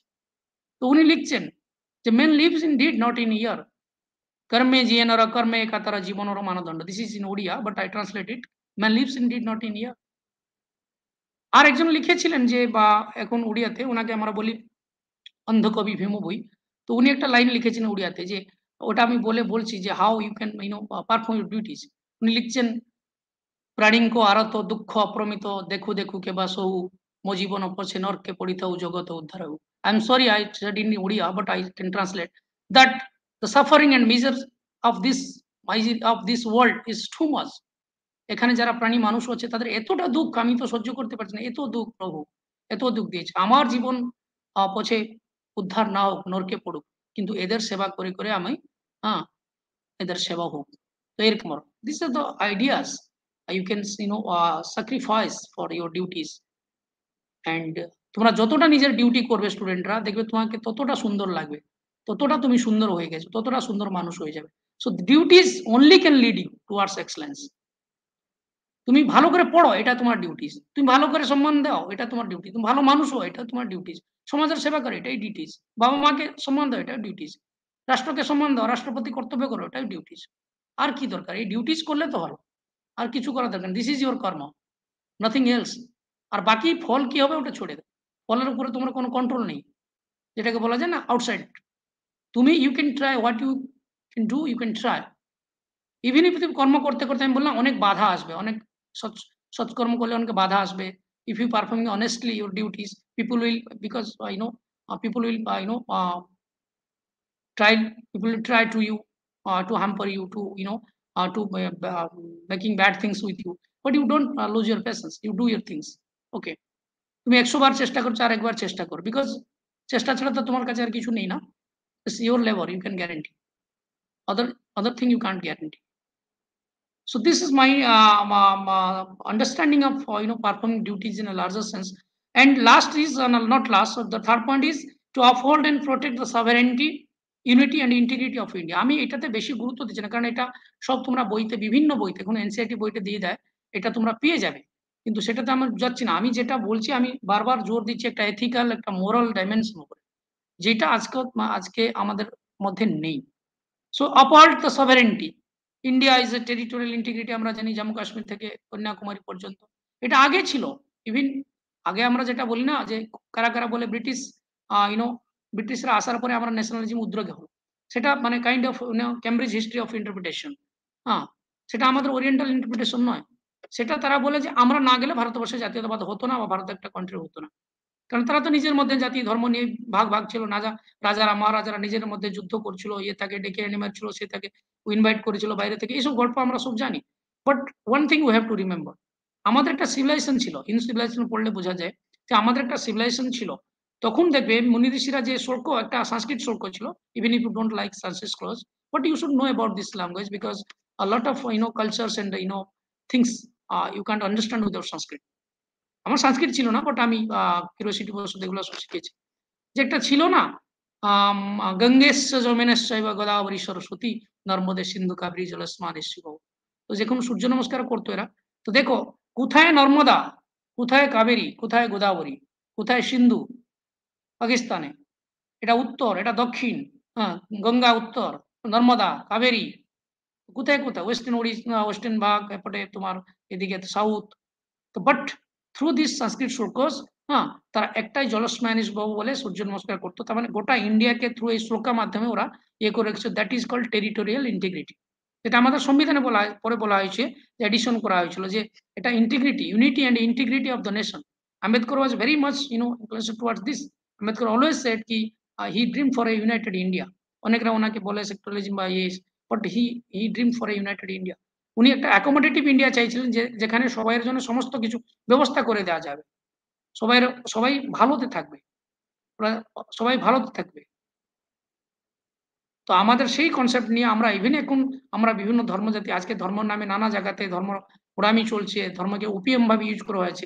কার্ল মার্কস বলেছিল যে ধর্ম হচ্ছে রিলিজিয়ন ইজ এন ওপিয়াম, আমরা ধর্ম নশাতে আছে। তো সেই জন্য আমাদের মধ্যে এতটা ঝামেলা হচ্ছে, হচ্ছে। But we should use that dharma is very positive. Gandhi said, if the people don't understand dharma, neither understand dharma, not religion, not politics. যারা রিলিজিয়নকে বুঝে না, তারা পলিটিক্স বোঝে না। কারণ রাজনীতি হচ্ছে শ্রেষ্ঠ নীতি, আর রাজধর্ম হচ্ছে শ্রেষ্ঠ ধর্ম। তো নীতি, ধর্ম কিছু আলাদা নেই, ধর্ম আর রাজনীতি একই জিনিস, ethics, it's based on ethics. কিন্তু আমরা এখন দেখছি ধর্ম যেটা সকলে আমরা বলছি, ধর্ম মধ্যে যেটা হচ্ছে রিলিজিয়ন মধ্যে, সেখানে না নীতি আছে, না রাজনীতি যেটা আমরা করছি সেটাতে নীতি আছে। সো আমরা নীতিবিহীন রাজনীতি, নীতিবিহীন ধর্মনীতি করছি। তো দ্যাটস প্রবলেম। দ্যাট মিনস একটা লাইনতে বলতে গেলে আমরা কিন্তু ধার্মিক অর্থে আমরা ডিউটিস করছি না, বা রাজনীতিক নেতা মন্ত্রী বা এই হিসাবে আমরা কিন্তু ডিউটিস করতে পারছি না, যেটা করার কথা ছিল, যেটা রাজধর্মের কথা বলা হয়েছিল, যে ওয়েলফেয়ারের কথা বলা হয়েছিল। রাজা কি করবে? রাজার কোনো নিজের ইচ্ছা নেই, প্রজার ইচ্ছা হচ্ছে রাজার ইচ্ছা, প্রজার ধর্ম হচ্ছে রাজার ধর্ম। যেরকম অশোকা ছিলেন, আগের লাইফে চণ্ডাশোক ছিলেন, বাট কলিঙ্গা যুদ্ধর পরে ওখানে যেটা গ্রেট চেঞ্জেস হলো, ওখানে যখন একজন মা তাকে বলছে যে তুমি আমার, তোমরা জানো তো সম্রাট অশোকা, চণ্ডাশোক যিনি ছিলেন, হ্যাঁ, ভারতের সম্রাট, উনি একবার কলিঙ্গের সাথে যুদ্ধ করলেন। Kalinga was a autonomous region kingdom that time, তখন কারুবাই বলে একটা মেয়ে ছিল শাসক। তো ওনার যখন যুদ্ধ হয় তখন অনেক লোক উড়িষ্যাতে মারা যায়, কারণ একটা ছোট রাজ্য এত গোটা ভারতবর্ষ সাথে যুদ্ধ করা। দয়া নদী, রিভার দয়াতে ওই ভুবনেশ্বরে যুদ্ধ হয়েছিল, বলা যায় যে পুরা নদীটা রক্ত হয়ে গেছিল। তারপরে অশোকাকে আসে একজন বয়স্ক মা, বুদ্ধা মা বলেছিলেন যে আমার এই ছেলেটাকে বাঁচিয়ে দাও। তখন বলছে কি মুশকিল, কাউকে নাই, আমি বাঁচাতে কিভাবে বাঁচাবো? কোন বলেছিলেন যে তুমি একটা জীবক যদি বাঁচাতে না পারো না, তাহলে 1 লাখ লোককে মারার কে অধিকার তোমাকে দিল? তুমি আবার নাকি সম্রাট ভারতবর্ষ, তুমি কত ছোট, কত নিচু, কত অসহায়। তখন অশোক চিন্তা করেছিলেন যে সত্যি উনি অসহায়, ওনার একটু সামর্থ্য নেই কাউকে একটু বাঁচানোর জন্য। বাঁচানো তো দূরের কথা, ওর একটা হাত কেটে গেছে, ওটা ইয়ে করার সামর্থ্য নেই। ওর একটা কষ্ট হচ্ছে, ব্লাড বেরিয়ে যাচ্ছে, ওই মানে লাঘব করার শক্তি নেই। কিন্তু এত লোককে মারার কোথায় শক্তি এলো? Then he transport to he convert to Buddhism. ওখানে ওই ভুবনেশ্বর উপরে উনি বুদ্ধিজমতে কনভার্ট হয়েছিলেন। তারপরে আমরা চণ্ডাশোক অশোক থেকে ধর্মা অশোককে পাই, দেবানন্দ দেবপ্রিয়দর্শী অশোক, যিনি সারা ভারতবর্ষ থেকে বারম্বার বাহারে বুদ্ধ ধর্ম, মানে এই বুদ্ধ ধর্ম কি love, love and duties, is believe in sacrifice, love and duties, not any ritualism, complexity, ধর্মের গোড়ামি, ঠিকাদারি। It's very simple religion, you can say. It's a মানববাদ ভাষা, মানব ধর্ম যেটা হচ্ছে Buddha. So these are the great ideas India has produced over times, since the time of the rishis, munis, and Vedic ideas and dharma and Buddha dharma, Jain dharma, all these things. So we have mixed culture of things, and we should defend that. We should defend our sovereignty. We should defend our unity and integrity of India. To defend the country and render national service when called upon to do so. আমরা সবসময় ready থাকবো, যখন জাতীয় কিছু সেবা দিতে হবে আমরা সার্ভিস রেন্ডার করব। আমি একজন টিচার ভাবে আমার সমাজ সার্ভিস রেন্ডার করছি, but I should very much prepared two, যদি দরকার পড়ে আমাকেও দেশের জন্য আমাকে নিজেকে স্যাক্রিফাইস করতে হবে, আমাকে কারোর সাথে লড়াই করতে হলে করবো। সেই রকম যে একটা জায়গা আমরা এনএসএস করি, আমরা মোটো, আমি এনএসএস প্রোগ্রাম অফিসার অনেকদিন ধরে আছে, প্রায় 5 বছর হয়ে গেল। তো আমরা একটা অ্যাডপ্টেড ভিলেজ নিয়েছি এখানে, সেখানে আমাদের ছেলেমেয়েরা বিনা টাকায় ওই ছোট গরিব বাচ্চাদেরকে পড়ায়। আমরা কখন যতটা আমাদের সীমিত সম্বলের মধ্যে আমরা পার্সোনালি বা ইউনিভার্সিটি থেকে কিছু ইয়ে করে জেনারেট করে, সেটা ওদেরকে কন্থা কম্বল বা পড়ালেখার সরঞ্জাম, খেলকুদর সরঞ্জাম, প্রাইজ, এগুলো সব দিই, মেডিকেল ক্যাম্প করি। বাট আমাদের মোটোটা কি? আমাদের মোটোটা হচ্ছে যে নট মি বট ইউ, এই যে you, that means you belong to a society, you are, এই যে বলেছিল না, man is a social animal. হ্যাঁ, তুমি যদি সোসাইটিতে বুঝতে না পারো, ফেলো সমাজের সেবা করতে না পারো, তাহলে তুমি মানুষ নয়, তুমি আইদার ভগবান, না হলে ওই যে বিস্ট। তুমি হয়তো তুমি ভাই এই দুনিয়াতে নাও বা অন্য দুনিয়াতে বাস করো, because you are not performing your duties toward the society. পরে রেকগনিশন কি হবে সেটা বড় কথা নয়। আমাকে রেকগনিশন দেওয়া হয়েছে, রাজ্য সরকার পুরস্কার দিয়েছেন শ্রেষ্ঠ সেবা জন্য, রাজ্য সরকার পুরস্কার দিলেন, গভর্নমেন্ট অফ ওয়েস্ট বেঙ্গল, জাতীয় থেকে আমি পুরস্কারও পেয়েছি। But that does not matter, যে কোনো অ্যাওয়ার্ড রক্ষে কোনো সেবা করা যায় না। তুমি কর্ম করে যাও, সেটা অটোমেটিক হবে, দ্যাট উইল লিড। আমরা বলি না আজকে এটা পড়বো, পরীক্ষাতে এটা প্রশ্ন আসবে কি না আসবে, ডোন্ট থিঙ্ক লাইক দ্যাট। তাহলে তোমার কর্মটাও হবে না, তোমার কর্তব্যটাও হবে না, কর্তব্য থেকে তুমি বিমুখ হয়ে যাবে যদি ফলের আশা করো। আমরা কি করি, কর্মর আগে ফলের আশা করি, যে আমি কি পাবো, আমি এটা করলে আমি কি পাবো। ফলে আমরা কর্মটাই ঠিকঠাক করতে পারি না, আমাদের মধ্যে একটা পয়জন ক্রিয়েট হয়ে যায়, একটা আর্টিফিশিয়াল মেন্টালিটি চলে আসে, কর্মের প্রতি বিমুখ হয়ে যায়, ডিউটির প্রতি ভালোবাসা থাকে না। এই যে না আমি দেশ সেবা করলে কি হবে, সবাই তো দেশকে গন্ধা করে, সবাই করুক না, you start from one person, তুমি নিজে করো। অ্যাটলিস্ট একজন থেকে তো, বিন্দু থেকে তো সিন্ধু হয় না। তো আমরা যদি আর একজন যদি সেটাও ভাববে, সে একজনেও শেষ হয়ে যাবে। আমরা বলি না, 100 में 80 বেঈমান ফির ভি মেরা দেশ মহান। तो उसमें 80 बेईमान हो सकता है, फिर भी 20 people, then that India, the idea of India will exist. So think positively, start yourself and start with you. Charity begins at home. তোমরা নিজে আগে ডিউটিটা পারফর্ম করো, কে কি করছে না করছে এটা বড় কথা নয়। তারপরে আছে promote harmony, spirit of common Brotherhood. আমি সব আলোচনা করে ফেলেছি যে এই যে কমিউনিটিজ আছে, রিলিজিয়াস কমিউনিটিজ আছে, তার মধ্যে ভালোবাসা, স্পিরিট ব্রাদারহুড। আমি হিন্দু ধর্মটা যত বুঝবো, ইসলাম ধর্মটাও তত বুঝবো। আমি গীতাটা যেভাবে পড়বো, কোরআনটাকে সেভাবে সম্মান দিয়ে পড়বো, আমি বাইবেলটাকে সেভাবে সম্মান দিয়ে পড়বো। কি আছে সেটা জানবো, অপোজিশন মতটাকে শুনবো, I will believe in dialogue, আমি ওর কথাতে বিশ্বাস করব, আলোচনাতে আসবো। That is democratic spirit, that is the সম্মান, that is the respect to each other.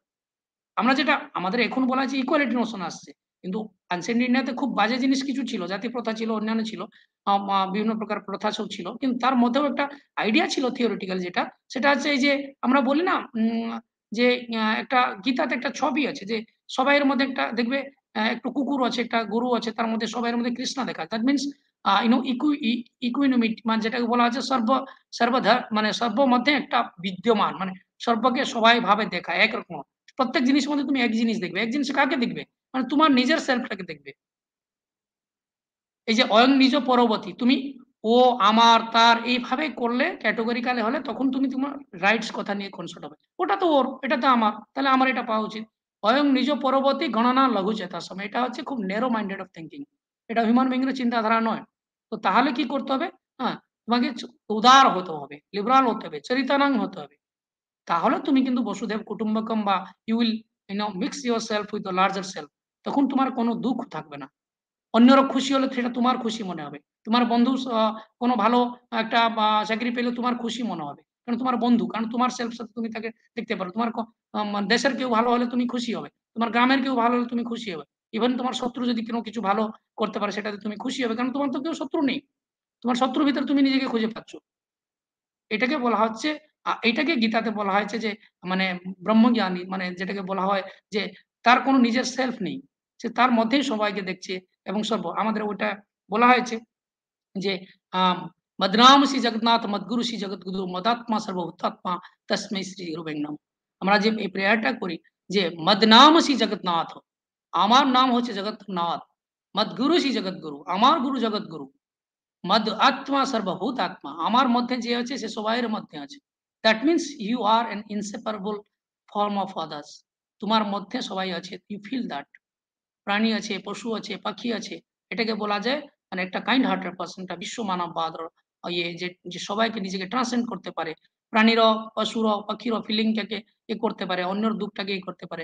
ইফিন you have love force towards your enemy, তোমার বন্ধুকে যতটা ভালোবাসবে না, তোমার শত্রুকে যখন তুমি তার থেকে বেশি ভালোবাসতে পারবে, তখন কিন্তু তুমি দেখবে তুমি শত্রুকে পরাজয় করে ফেলেছো। তোমার মধ্যে যে শত্রু ছিল, যে ইগো ছিল, যে অহমিকা ছিল, যে অহংভাব ছিল, তো when ego starts knowledge vanish, যখন ওই বলে যায় না সবকিছু ছিল, রাবণ, আমরা স্টোরি পড়েছি না, আমি সবসময় বলি স্টোরিটাকে নেবো না, লেসনটাকে নেব। রাবণ এত জিনিস থাকে, এত ভালো থেকে ও কিভাবে পরাজিত হলো, দুর্যোধন সবকিছু থেকে ও কি কেন ধ্বংস পেয়ে গেল, বিকজ অফ ইগো। তো ইগোটা হচ্ছে রাইটস, যে আমার এটা আমি পাবো। এই যে দুর্যোধন বলেছিল না, বিনা যুদ্ধে দেবো না সশস্ত্র মেদিনী, আমি একটাও দেবো না, আমার সাথে যুদ্ধ করো, রাইটস আছে তো নিয়ে যাও, ক্লেম করো। বাট সে যদি ডিউটিস কনসার্ন হতো তখন, যে এটা আমার কর্তব্য, ওরা ভাই আমার, ওদের অংশ আছে, ওরা আমার দেওয়া উচিত, তাহলে আজকে সেই জন্য ভগবান কৃষ্ণ লাস্টে গিয়েছিলেন, 5টা গ্রাম মারতে গিয়েছিলেন, কারণ উনি বলেছিলেন যে যুদ্ধটাকে কোনোভাবে যদি লাস্টে, এই যে আমরা চেষ্টা করছি, কোন রুশ ইউক্রেন যুদ্ধ চলছে, যে কোনোভাবে যদি যুদ্ধটাকে অ্যাভয়েড করা যায়, বিকজ ওয়ার ইজ অলওয়েজ ডিভাস্টেটিভ, যারা জিতে তাদের জন্য ক্ষতি, যারা হেরে তাদের জন্য ক্ষতি, ওভারঅল গোটা মানব সভ্যতার জন্য ক্ষতি। যারা বিশ্ব মানববাদ হয় তারা কিন্তু এখানে কষ্ট পায়, ওখানে যুদ্ধ হলে এখানে ওরা কষ্ট পায়, কারণ ফেলো হিউম্যান বিংসরা মরছে, ইনোসেন্টরা মরছে, রাজা তো আদেশ দিচ্ছে, মন্ত্রী তো আদেশ দিচ্ছে যাও মারে ফেলো, কিন্তু ওখানে বিধবা হচ্ছে মা, ওখানে বিধবা হচ্ছে ওর ওয়াইফ, ওখানে বাচ্চা, ছোট বাচ্চা তার বাবাকে হারাচ্ছে। So this is very much, that's why this suffering of world is so much. আমরা যদি ডিউটিস কনসার্ন নিই, আমরা যদি ভাবি আমার কর্তব্য কি ওই মার প্রতি, আমার কর্তব্য কি ওই বন্যর প্রতি, ওই কর্তব্য কি ওই ছেলের প্রতি, তখন কিন্তু দেখবে তুমি ওদের, মানে এটাকে বলা হচ্ছে যে তুমি আর সিম্পাথিতে নাও, তুমি এমপ্যাথিতে চলে আসো, মানে তুমি ওর জায়গাতে চলে আসো। So that should be the spirit. So এটা হচ্ছে শিক্ষার প্রকৃত অর্থ, যে ভালো নাগরিক ক্রিয়েট করা। আমরা ভালো এমবিবিএস করি, ভালো ডক্টর করি, ভালো বকির করি, যারা কি করে না একটা মানে ওই সাদা ব্ল্যাক এন্ড হোয়াইট দেখিয়ে মানে অন্দরে কালো বাইরে সাদা, কারো বাইরে কালো ভিতরে সাদা। তো আমরা we became civilized of our mind, not our heart. Our heart is very much unclean. So you need to clean your heart, not your mind, but your body. Okay, so এইটা হচ্ছে তোমাদের ডিউটির concept. Duty is very value loaded. তুমি মানে এই যে duty মানুষ পড়ে কখন কখন কি যে এই ডিউটি করা, এটা কিন্তু প্রচুর কষ্ট। ডিউটি সবাই করতে পারে না। ডিউটি করতে গিয়ে মানুষ স্বর্গবাসী হয়ে যায়, মারা যায়। ইভেন তুমি আর্মিতে আছো, তুমি মাত্র 15 জন ডিউটি করে মারা যাচ্ছ, সেটাই তোমার শেষ। তুমি টিচার আছো, তুমি করেই মারা যাচ্ছ, সেটাই তোমার শেষ। শ্রবণ কুমার কিছু করেনি, ওর বাবা মারা ডিউটি করে ওদেরকে মানে কাঁধে নিয়ে সারা তীর্থ ঘুরিয়েছে। ওটা একটা পিতৃমাত্র ডিউটি। আমাদেরকে নানা ঋণ থেকে মুক্তি করতে হয়। আমি যদিও খুব আনসিয়েন্ট লিটারেচার থেকে বলছি, এটা খুবই প্রাচুর্য নেই অনেকের জন্য, বা এটা জানা উচিত। We should know about our cultural heritage, যে আমরা কতটা ঋণ থেকে নিজেকে মুক্তি করতে চাই। আমরা কোনো ঋণ ভাবি না। আমরা বললাম না 18 বছর হয়ে গেলে পরে আমরা বলি বাবা আমার এটা দরকার, আমি গার্লফ্রেন্ড চয়েস করেছি, আমি বিয়ে করবো, বিয়েটা আমি করবো না আপনি করবেন। Simple question. We don't think about that সমাজ কি করবে বা ফ্যামিলি কতটা অ্যাকসেপ্ট করবে, how my father will accept that, আমার বাবার কষ্ট হচ্ছে কিনা, বাবা আমাকে এত বড় করেছিল, একটা ড্রেস দিয়েছে, মানে নিজে মাছ না খেয়ে নিজে কাঁটা খেয়ে আমার মুখে মাছ দিয়েছে, আমি এই কথাটা ওকে বললে কত কিরকম লাগবে। Because we are very much assertive hour rights. আমাদেরকে সবাই দরকার, আর খুব কম সময় দরকার। কিন্তু আমি যদি বাবার পার্সপেক্টিভ নিয়ে ভাবি, সবসময় অন্যের পার্সপেক্টিভ নিয়ে ভাববে, নিজের পার্সপেক্টিভ নিয়ে ভাববে না। যে আমি যে জিনিসটা বলছি, যেটা আমি বলছি, সেটা আমাকে যদি একজন কেউ বলে আমার ছেলে মেয়ে, তখন আমাকে কিরকম লাগে, am I doing right thing, am I hurting anyone self? তখন দেখবে তুমি কিন্তু বিশাল একটা মানববাদ দিকে যাচ্ছ। তুমি নিজেই তোমার মধ্যে মানে বরফের মতো তুমি মেল্ট হয়ে যাবে, তোমার সমস্ত ইগো মেল্ট হয়ে যাবে। তো আমাদের ইগো, আমাদের রাগ, আমাদের অ্যাংরিনেস, আমাদের এনার্জি সেটা করতে দেয় না। সেইটাকেই বলা হয়েছে মায়া, সেটাই যোগ মায়া, সেটাই ইলুশন। তার বাইরে হচ্ছে জ্ঞান। তো ইগো হলে জ্ঞান শেষ হয়। সেই জন্য বলা হয়েছিল না, অতি ইগোটা খুব বেশি খারাপ। অতি গর্বে হতলঙ্কা অতি মানস্য করবা, অতি দানে বলিবদ্ধ অতি সর্বত্র গহিতম। রাজা বলি থেকে শুরু করে তোমার দুর্যোধন, রাবণ, সব কিন্তু সব ছিল, কিন্তু ছিল প্রবলেম কি, ইগোতে। ওই নিজের অধিকার, আমি এটা সাব্যস্ত করবো। রাবণ করেছিল শিবলিঙ্গ আমার, শিব আমার ঠাকুর, ওকে উঠিয়ে নিয়ে আমি বাড়িতে পূজা করবো। But E should think about this natural.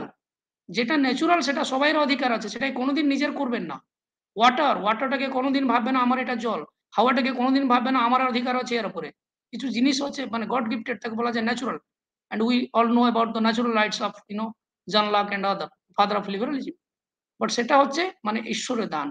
তো সেই জিনিসগুলো কোনোদিন নিজের করতে চেষ্টা করে না। যারা নিজের করতে চেষ্টা করেছে তারা কিন্তু নেচার থেকে টেস্ট হয়েছে। যেটা আমরা আজকে গোটা মানব সমাজ ধ্বংস হয়েছে, because we are capturing the nature. আমরা ভাবছি এটা private property, we are distracting nature. But we should think that we are part of nature. We are not the sole creator of the nature. We are just elements. And that is the natural equilibrium. We should think. আজকে আমরা ভাবছি আমরা এই যে Paris জলবায়ু চুক্তি করছে, এখানে এসব আইওয়াশ চলছে, মানে ফার্স। আমরা সমাজকে দেখাচ্ছে we are concern, but we are not concern. আমরা সবাই কুমির কান্দনা কাঁদছে। কুমির বুঝেন তো, crocodile, just crying like a crocodile. সবাই আমাদের একজন উড়িয়া লিখেছিলেন, যে সেটা আমি উড়িয়াতে বলছি, ওনার নাম হচ্ছে রাধানাথ রায়, আমরা ওকে প্রকৃতি কবি বলি। তো উনি লিখছেন, সলিল নসিঞ্চি খালি দণ্ডবত করিবা কুছন্তি লোক শত শত। দ্যাট মিনস সলিল মিনস জল। কেউ জল দিতে নেই তোমার মুখে, সবাই কিন্তু মানে বলছে হ্যাঁ হ্যাঁ একটু মুখে জল দাও, একটু মুখে জল। আর তোমার চেয়ার কেটে দিয়ে উপর থেকে লোক স্প্রিং করছে, মানে জল দিচ্ছে। তো এই যে মানে মানে ডুয়ালিটি, এই যে মানে হিপোক্রাটিং, মানে with your self.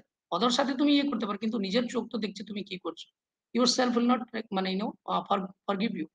So we are right now in a very mechanical and artificial self. So be a natural self and don't put any marks. It's a burden on yourself. অশো বলেছিলেন যে কোনো marks পড়ো না, B natural. আমি খারাপটাই আমার ভালো। আমি একটু দেখতে সুন্দর না, স্মাইল, বাট আমি তো অন্যভাবে সুন্দর না। আমি কারো জন্য একটু কাঁদতে পারি, কারো জন্য একটা সেবা করতে পারি। I have a beautiful heart. So always appreciate yourself, always respect yourself, then you can respect others. And সবসময় এটা হচ্ছে ডিউটি। যখন তুমি ডিউটি করবে, তুমি রেসপেক্টটা কমান্ডেড, রেসপেক্ট কোনো ডিমান্ডেড নয়। অনেক মানুষ ডিমান্ড করে respect. Always remember, respect is commanded, not demanded. So duties is much more important than rights.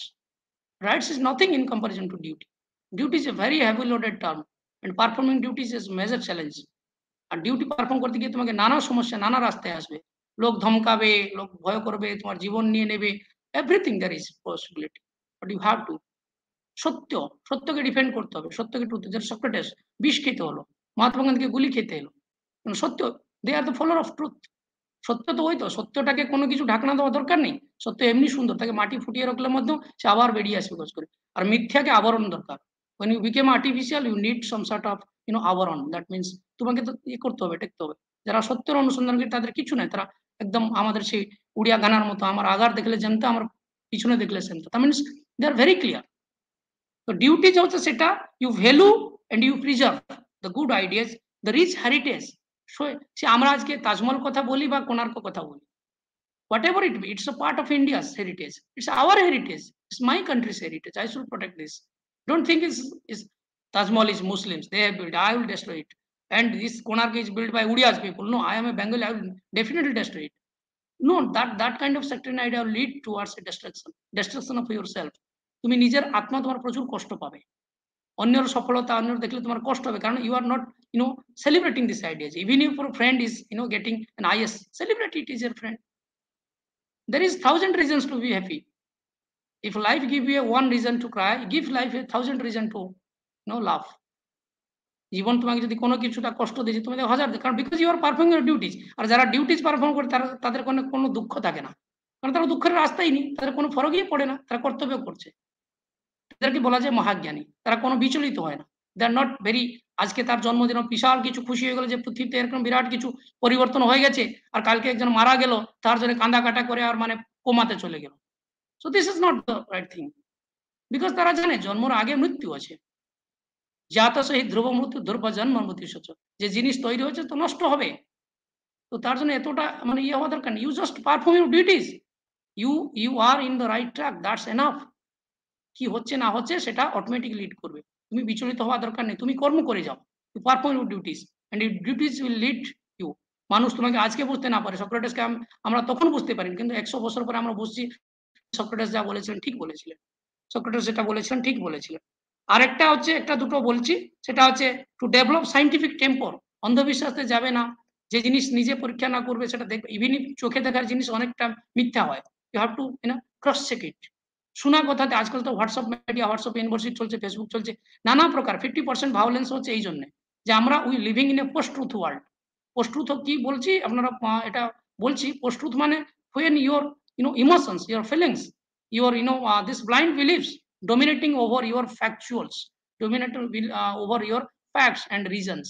আমরা রিজন বিং নেই, আমরা ভাবতে পারছি না। আমরা সবসময়, আমি যখন ভাবছি আমি একটা আইদার ব্রাহ্মণ হয়ে ভাবছি বা দলিত হয়ে ভাবছি বা উইমেনও সেলফ হিসাবে ভাবছি, আমি একটা বিহারি ভাবে ভাবছি বা উড়িয়া ভাবে ভাবছি, আমি একটা মিডল ক্লাস ভাবে ভাবছি বা হায়ার কাস্ট ভাবে ভাবছি, আমি একটা জাতি ধর্ম ভিতরে আমার এই যে bag and baggages of experience, আমরা তার মধ্যে সেই লেন্সতে দেখছি। তাহলে আমার হচ্ছে কি, আমি একটা জিনিস রেশনালিটিতে বিচার করার আগে আমি ইমোশনালি তার সাথে জড়িয়ে ফেলছি, সেটাকে বলা হচ্ছে পোস্ট-ট্রুথ। পোস্ট-ট্রুথ মানে তোর ইমোশনসটা ডমিনেট করছে, ফ্যাক্ট কিছু থাকছে না, ইউর অনলি ইমোশনস। এন্ড ইমোশনসে মানুষ ভুল করে, মানুষ রেগে গেলে, অতিরিক্ত ইমোশন হয়ে গেলে তার রেশনালিটি কাজ করে না, রিজন কাজ করে না। So he or she do a mistake. So duty যারা করে তারা হচ্ছে রিজন বিং, তার রেশনাল বিং, তারা জানে কর্তব্য কি করতে হবে। মানুষ আছে নিজের ছেলেকেও শুলিতে চড়িয়ে দিয়েছে, মানে ফাঁসি দিয়ে দিয়েছে জজ, মানে এরকম জজ হতে হবে, because you are following the path of truth. ধর্মের রাস্তায় তুমি আছো, সেখানে তোমার পুত্র করছে ক্রাইম কি মা করছে কি বাবা করছে, you don't matter, does not matter. You are a protector of the law, you are a protector of the dharma, you are a protector of the right things, right conduct. কর্মতে তুমি কি কর্ম করছো তোমাকে অ্যাওয়ার্ড করবে লোক।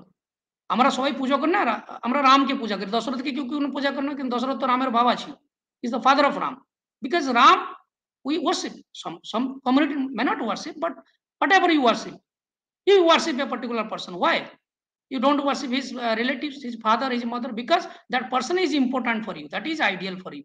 তার কর্মটাই, তার ডিউটি সে যে করেছে, সে যে ডিউটিস পারফর্ম করেছে সেইটাই তুমি পূজা করছো, ওই পারসনকে পূজা করছো না।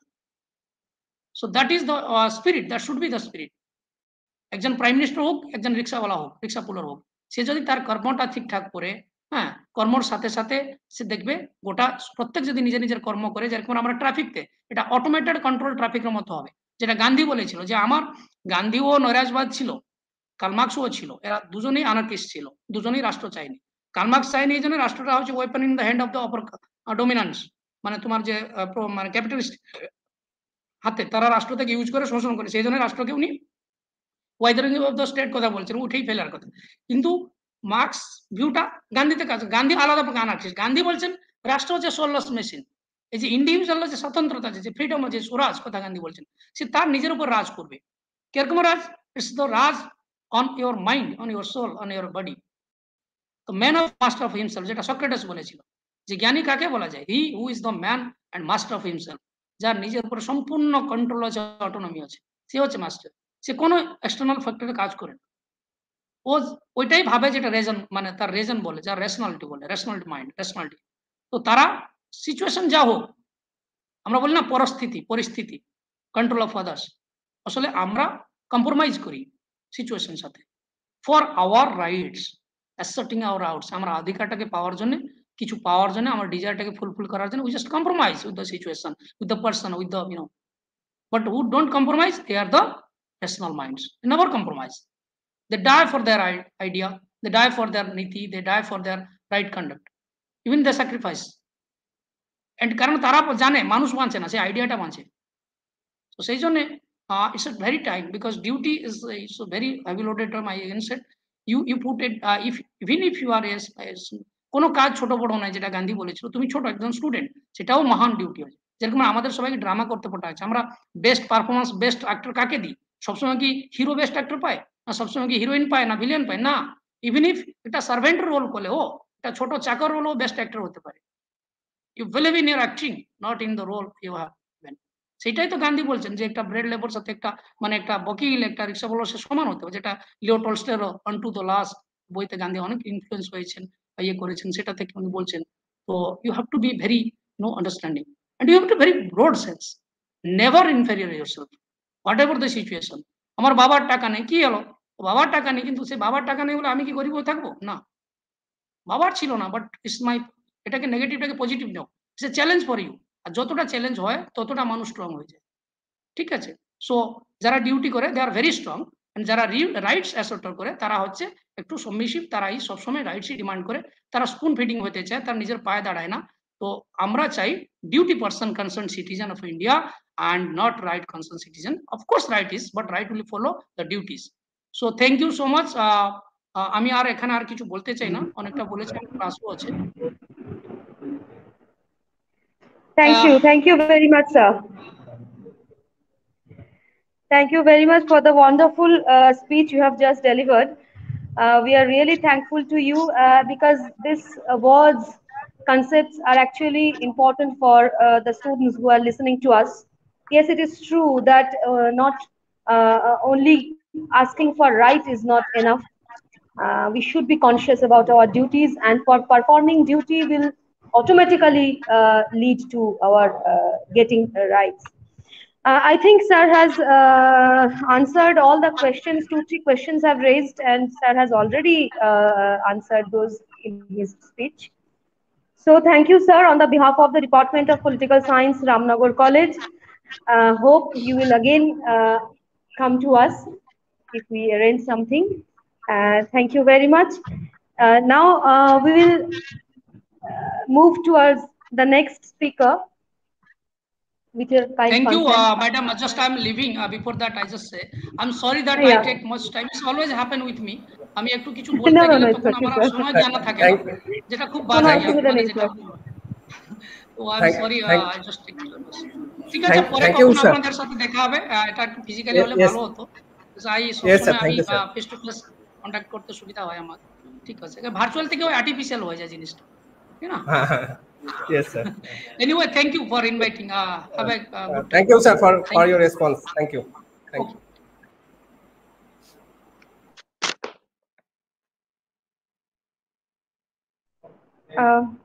Now I will welcome Mohammad Rezaul Karim for the next presentation. Rezaul Karim is the Assistant Professor of Department of Social Work, Jagannath University, Dhaka, Bangladesh. Welcome you, sir, to this 3-day international webinar. I will just, yeah. Okay, carry on. I just will give you a few lines on you, actually brief description of your work. His area of interest is actually the climate change, social change, state culture and society, gender and development, etc. He published many articles in national and international journals, presented papers in different seminar, conference, and webinar. Uh, Actually, we are grateful to sir and thankful also to being with us. Sir, I will now request you to please carry on with your presentation. So over to you. Okay, thank you, Shreya Muzumdar. And thank you, others. I welcome you all to the audience, today's 3 days international webinar on constitutional obligations, values, rights, duties, and responsibilities of citizens. And it is organized by the Department of Political Science, Ramnagar College, Dipal, East Medinipur, West Bengal, India. Special thanks for the organizing committee, especially Sri Shuprakash Giri, government body president, Ramnagar College, and another, that is, I have to say, the Dr. Ananda Mohan Mishra, the principal of this college, and but not the least, that is Shampal, assistant professor of this department. Actually, he was continuously looking me about the international webinar. This is the previous ago, just I consent him about this webinar, and I said him to organize as a offline, but he said to me that for this time it has a problem of their department, and in future they will organize it in offline mode. So that's okay. Also, thanks for his cooperating attitude and behavior. And today my lecture about duties and responsibilities of citizens in the context of subcontinent, if we want to discuss about the roles, rights, and responsibilities of citizens, actually you have go through the constitution. In our society or in our state life, what we learn and what we perform our duties, we always follow the rules and regulations, that is we call the laws, and all these laws are combined in our constitution. In every country, not only in subcontinent, just like India or Bangladesh, every country has a own constitution. So by a native citizen or a member of a state or nation who owes allegations to its government, and it's entitled to be protected as consent as a citizen, and he has to perform all his duties while staying in his country. And there are lots of things are related with these duties and responsibilities. In my today's lecture, actually, I will discuss on a specific term, that is the fundamental rights. If we discuss about our constitution like India, Bangladesh, or some other countries like Nepal, Sri Lanka, Bhutan, Afghanistan, whatever they are, the neighbors are to us. So we have a good similar in this subcontinent according to our constitution, laws, rules, regulation, and such as the cultural. Though we have a cultural diversity in our subcontinent, but we have the similarity in every aspects in our life, state, or society. So before going to start my lecture, I'll talk some topic, that is the terminology, especially the duty and responsibilities. So can I share my slide or something like yes, that? of course. Yes, of course.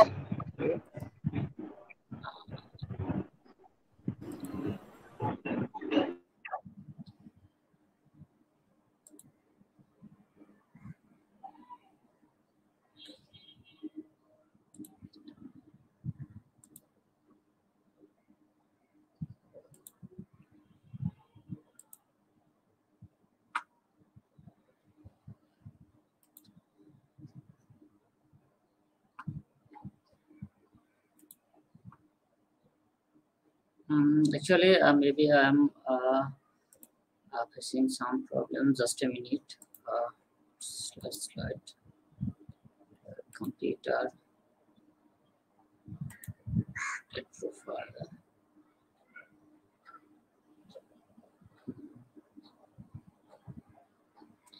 next.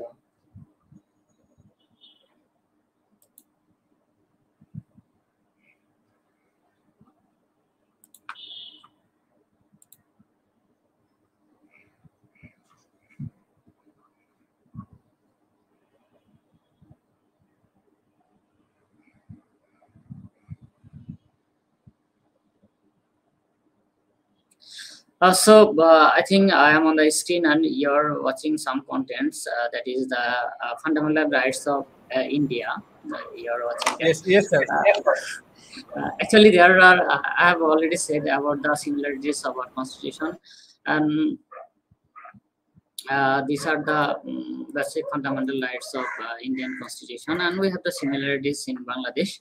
And before going to talk about the fundamental rights, I am talking about on duties. What is duties and what is actually the responsibilities? In every country, a student or a citizen or anyone who can. Sir, excuse me. Sorry for interruption. Sir, please zoom in your screen. It is so little. Thank you. I think this is visible now. Of course, it is visible, but it is so little. Oh, acha. Oh, acha. That's maybe not a problem. I mean, just sharing and showing you the slide. I'm talking about the fundamental rights. You know, before start my fundamental rights, I'm saying about some phenomena about the fundamental rights. About that is some criteria. The laws inconsistent with fundamental rights to be obeyed. That is another is equality before the law. So equality before the law, you know, this is one of the fundamental rights in our subcontinent.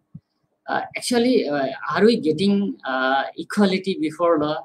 If there may be arising a question from everyone, are we getting equal opportunity or equal rights from the state? And there may be a debate regarding this issue, equality before the law. And we are already have this in our constitution or your constitution. And in the perspective of subcontinent,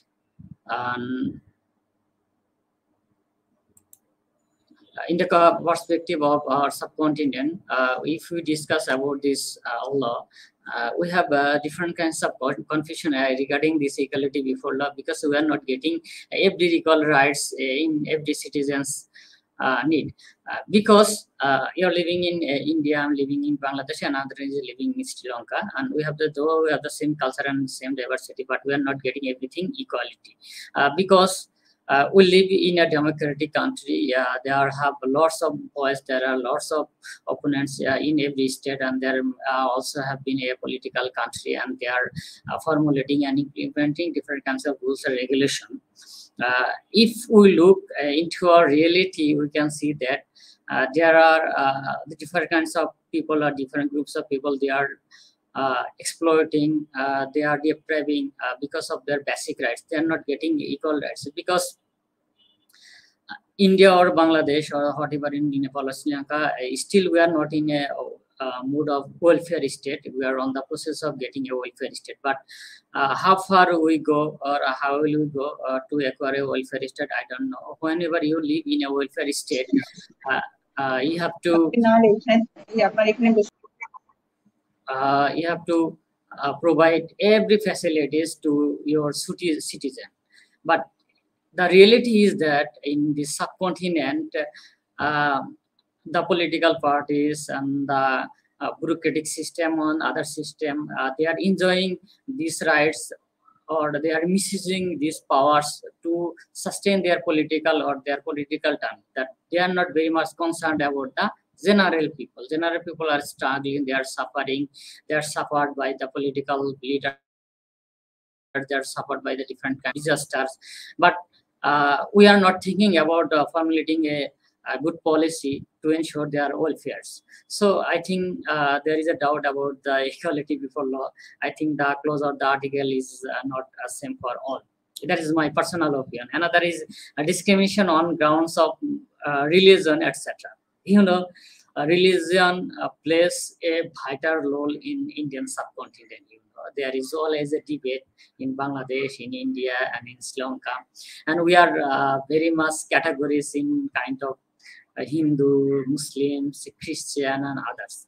But if you look deeply, we are never categories into one, that is the humanity. Still, we are fighting and still we are debating regarding our religious issue. Suppose a war is ongoing in between Ukraine and that is in Russia. But if you look in your country or our country, there is a big rise or huge rise in our commodities, because there is a lame squeeze of rising the daily commodities, and we are not fighting for this. Still, we are looking for the Taj Mahal. Still, we are looking for the to sustain our parliament in Sri Lanka. We are now busy to some odd jobs.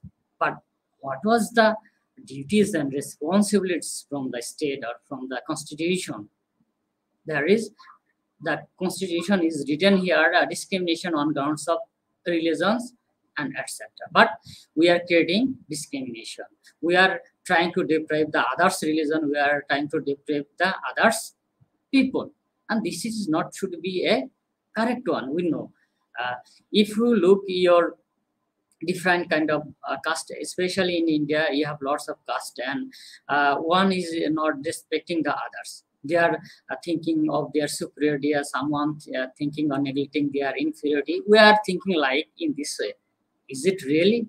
I think we are human being, and we have the same blood, we have the same hair color, and same as in our subcontinent. You are in India and Bangladesh and Sri Lanka. We don't have the very much variance in our every aspects of our lives. So I think we are not doing this. Just we are discussing about the different clause or different articles of our constitution. Then is another is equal opportunity in public employment. So earlier, I have already said that suppose if you are the son of a very celebrity star like Shah Rukh Khan, so you can easily take off your son from any gatherings, from any government. But if you are a son of a poor people, what will be the reason and what will be the case? I think you will not be able, because you don't have enough opportunity in that case. And in case of public employment, just a few days ago, there was a news in the Indian Times that a girl who grabs the job in school or college, I think it was the daughter of a minister. So he got the first position in his in her merit list. But another that was she was deprived because she was enough merit, yes, but she is not getting the job. And this kind of news are available in our sub-country, especially in India. And you can also get this kind of news in every corner in this subcontinent. So equality opportunity in a public man, actually still we are not that position to ensure public employment, I think.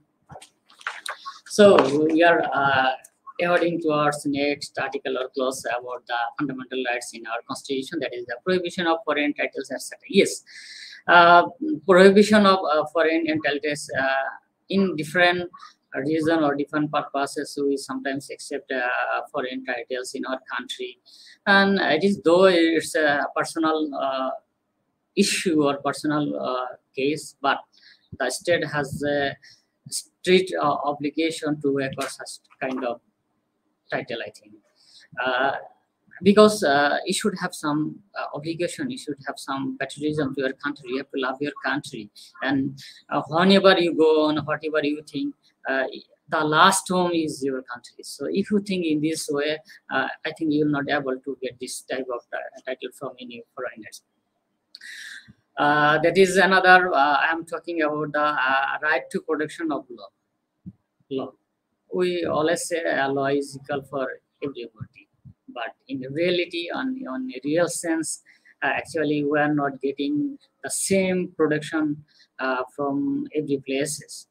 Suppose you have a day laborer in your country, or you have a president in your country. When a president or prime minister is crossing their lanes or crossing their issue, they are blocking every places, and they are getting the free movements. It's a general or a real case for the prime minister or president, but whatever the political person who are just being a political leader in some kind or somehow, but they are doing the same jobs, and they are creating obstacle, they are creating huge barriers to the general people. So they are not getting the same protection of law. Suppose in the police department, you are seeing sometimes they are hampering or they are torturing the general people for kinds of bribe or in kinds of getting some interest. But whenever they are facing the minister or some their sons or there are some other kind of relatives, they are giving the illegal rights to this person. But it is your obligation to give protection to every citizens, but you are not giving that. It is written here, constitution, it is written in our constitution, but actually we are not getting the facilities. So that is the issue, and that is my personal opinion towards the protection of law. I'm going to discuss about the next issue, the clause, that is the protection of rights to life and personal liberty. Yes, liberty, you know, that is one kind of freedom. Everyone, as a human being, not only human being, one other animals in everywhere, in every sphere, every environment, you can see that everyone wants the liberty and freedom. So if I discuss about the freedom, everyone wants one thing, that is number one, that is respect, that is second one is freedom. These two things are very much crucial, important for everyone's life.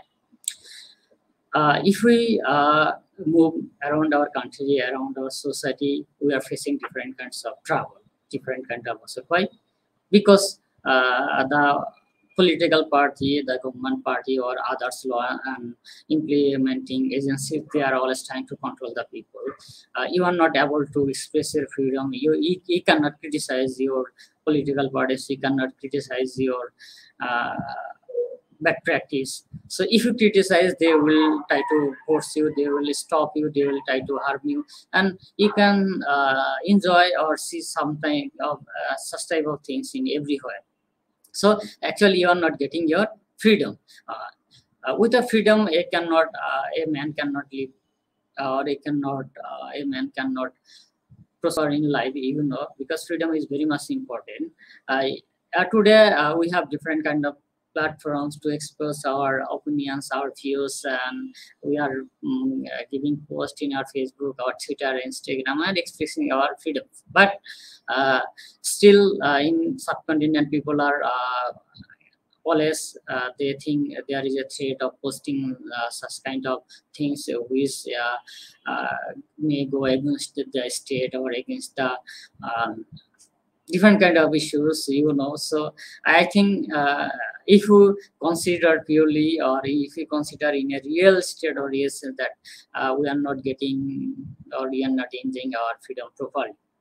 If you compare our subcontinent with the Western countries, like USA, Canada, or some European countries, they are expressing, they are criticizing their government in different ways. But in our subcontinent, we are not at that position to criticize or to say or to express our feelings and others' motivation very easily. So still we are in lag behind of this kind of getting facilities. Another is that is the safeguards as arrest and detention. Actually, you as a citizen, you have the right to get your safeguards and arrest and detention. Whenever you get arrested or any kind of, you have the rights to get your personal lawyer or some others responsibilities or your duties from the other person. But in actual sense, whenever you go to in your police station or in your judicial some cases, you are not getting these types of things properly, because whenever you are getting this type of case in your society on a state, you are not getting, because they are considering you as a low class people. You are they are considering you a very much that is the deprived people. So you are deprived in every sphere in your life, and these things are especially you are watching or you are observing in our subcontinent. These things are happening so much. So I think it's very much important to discuss about it. Next, another thing that is I can say about the prohibition of forced labor. I know this is about the labor force, about the working hours or the conditions and the equipments you are providing your industry and governments. This is about that, the prohibition of forced labor. Forced labor is prohibited in our country, your country, and there is another legal issue, that is the organized child labor.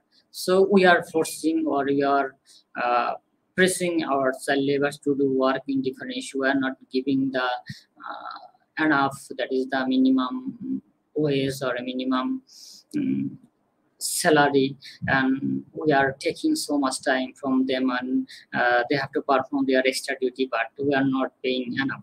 So we are creating discrimination among the people in case of children or women. You know, still women are very much that is threatening in our subcontinent in case of their education, in case of their employment, and in case of their responsibilities, because we think women is backward, they have less energy, they are less energetic, they are not serious about that work. So we have different kind of excuse to show, because this is the superstition in our society, and we are the responsible for this, because in our constitution, in our law, we have the clause about the against the forced labor and different kinds of prohibitions in the constitution. But if we are discussing about the labor force or strata, but we have a different superstition, different management, and different that is the false belief in our society. So if we want to ensure the employment or labor forces, we have to pay attention to your women. You have to provide education, you have to provide facilities to the women. Not only the women, you have to respect the different kind of caste and different kind of religion. So you have no right to create any discrimination regarding of the religion or etc. So I think this is very much important. We have to discuss it. That is another issue I like to hear discuss about the freedom of assembly. This is, though you can think this is a political issue, I don't think that it's always a political issue. In your country, we have different kind of political parties, especially in our subcontinent. Just a few days ago, if we can take an example from the Sri Lanka, the president and his cabinet, they were never allowed to their public to settle down their different kinds of movement against the government, and they are using their police force, their armies against their corruption. Actually, they take the country to the last set of down in their that is the you can say the dollar reserve and foreign remittance, etc. They are going to the sink of the last part. So it's what's the reason? Because they are not giving, or they are not providing their citizens or to discuss or criticize their works, etc. If they were accepted their criticism and their suggestion, they would never fall into this kind of trap. So I think it's the government or it's the state responsibility to give the freedom to say or criticize about different kinds of things. So it will always not harm you, or it is not be always harmful for you. It will also give a constructive suggestion to the country. So I think you can easily understand it how it is important to every state. Another is the freedom of movement, freedom of assembly. Freedom of assembly is one kind of demonstration in the public sphere by the political party, you know. But whenever we are in government position, we are trying to stop the freedom of freedom and their association, their movement. We are always creating troubles and barriers so that they cannot hold their association in kind of any public sphere. But they have the right to say something, they have the right to demonstrate something, or they have the right to criticize against the bad things. But you are not always allowed them to do the things in our subcontinent. And this is a common scenario, and this is a common political phenomena in our subcontinent. So next thing I want to say about the freedom of thought and conscience and speech. Yes, that is another the critical issue, freedom of thought and conscience. I think these words are very much crucial and they are very much important for the people, because thinking and their writing and their conscience, this kind of things actually imperil the state, imperil the society. If you don't have the right to write something by your conscience, and if you don't have the right of your speech by any kind of media, you cannot create new knowledge, you cannot give spares of freedom to others. So I think freedom of thought and conscience and speech are very much related to our duties and responsibilities. If you don't have the rights to say something, you will not able to play your role, or you will not able to play your duties. So I think these things are very much important. So I can give you some example. Actually, I'm facing some problem in kind of sharing my slide. So if I go for the slide sharing, I'm not getting my MS Word files, so I think it's a problem for me.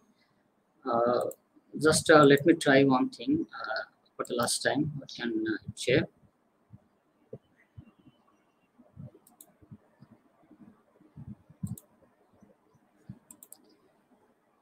So,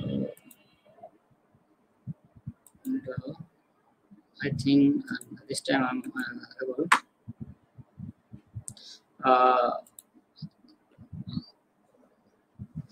Can you see it? The slide? Yes, yes. Oh, thank you. So in the slide, I'm showing you something about what is the difference between the obligation and responsibilities of a citizen. Just giving you the example, that is the action that is required by law, that is the obeying laws. And what is law? So you know that is written in Constitution and in your others different kind of your gazette that is written about the laws. Obeying laws, that is your obligation, and as a citizen you have to obey these laws, that is the obligation. But what is responsibilities in kind of that term, that is voting. Actually it's your responsibilities, but it is not mandatory, you are not obliged to cast your vote for any political party or for any election. So I am with the giving example, you are seeing the differences between the duties and responsibility. Another that is paying tax. As a employee or as a citizen, you have to pay your tax. With the tax, the government is doing his or their duties to play a role for the citizens. So you're obliged to pay your tax, I think. That is another, defending the nation, this time for the selective service and service, serving on juries. And these are the obligation as a citizen. So how you can perform these duties? The obeying laws give order so that people are safe. In case of taxes for large program that benefit everyone. Suppose if you give tax, the government can build roads, school, libraries, trees, and different kinds of things. They can also ensure a different kind of welfare program. So what is the defending the nation? Constitutional right to tried by one's peers. Defending the nation benefits the entire country and key protects the nation. So these are the duties and responsibilities. So I'm talking about next responsibility was the attending civic meetings, petition the government, running for office, performing community service. I think responsibilities are, this is not the compulsory, but this is optional. But as a good citizen, to be a good citizen, and if you create a good environment in your society, in your state, you have to perform this kind of responsibilities besides your duties. So, if we can discuss about some good responsibilities to be good citizens, the concerning issue are that is, I like to hear say about that is, as a good citizen, you have to play some, you have to perform some duties, and you have to be trustworthy, honest, and dependable person as a citizen. The next thing is be law-abiding and obey all laws in your community that is embedded by your state or government. Respect the property of others. That is another issue. If you stay in a sustainable environment, if you stay in a peaceful community, you have to respect the others' property and others' things.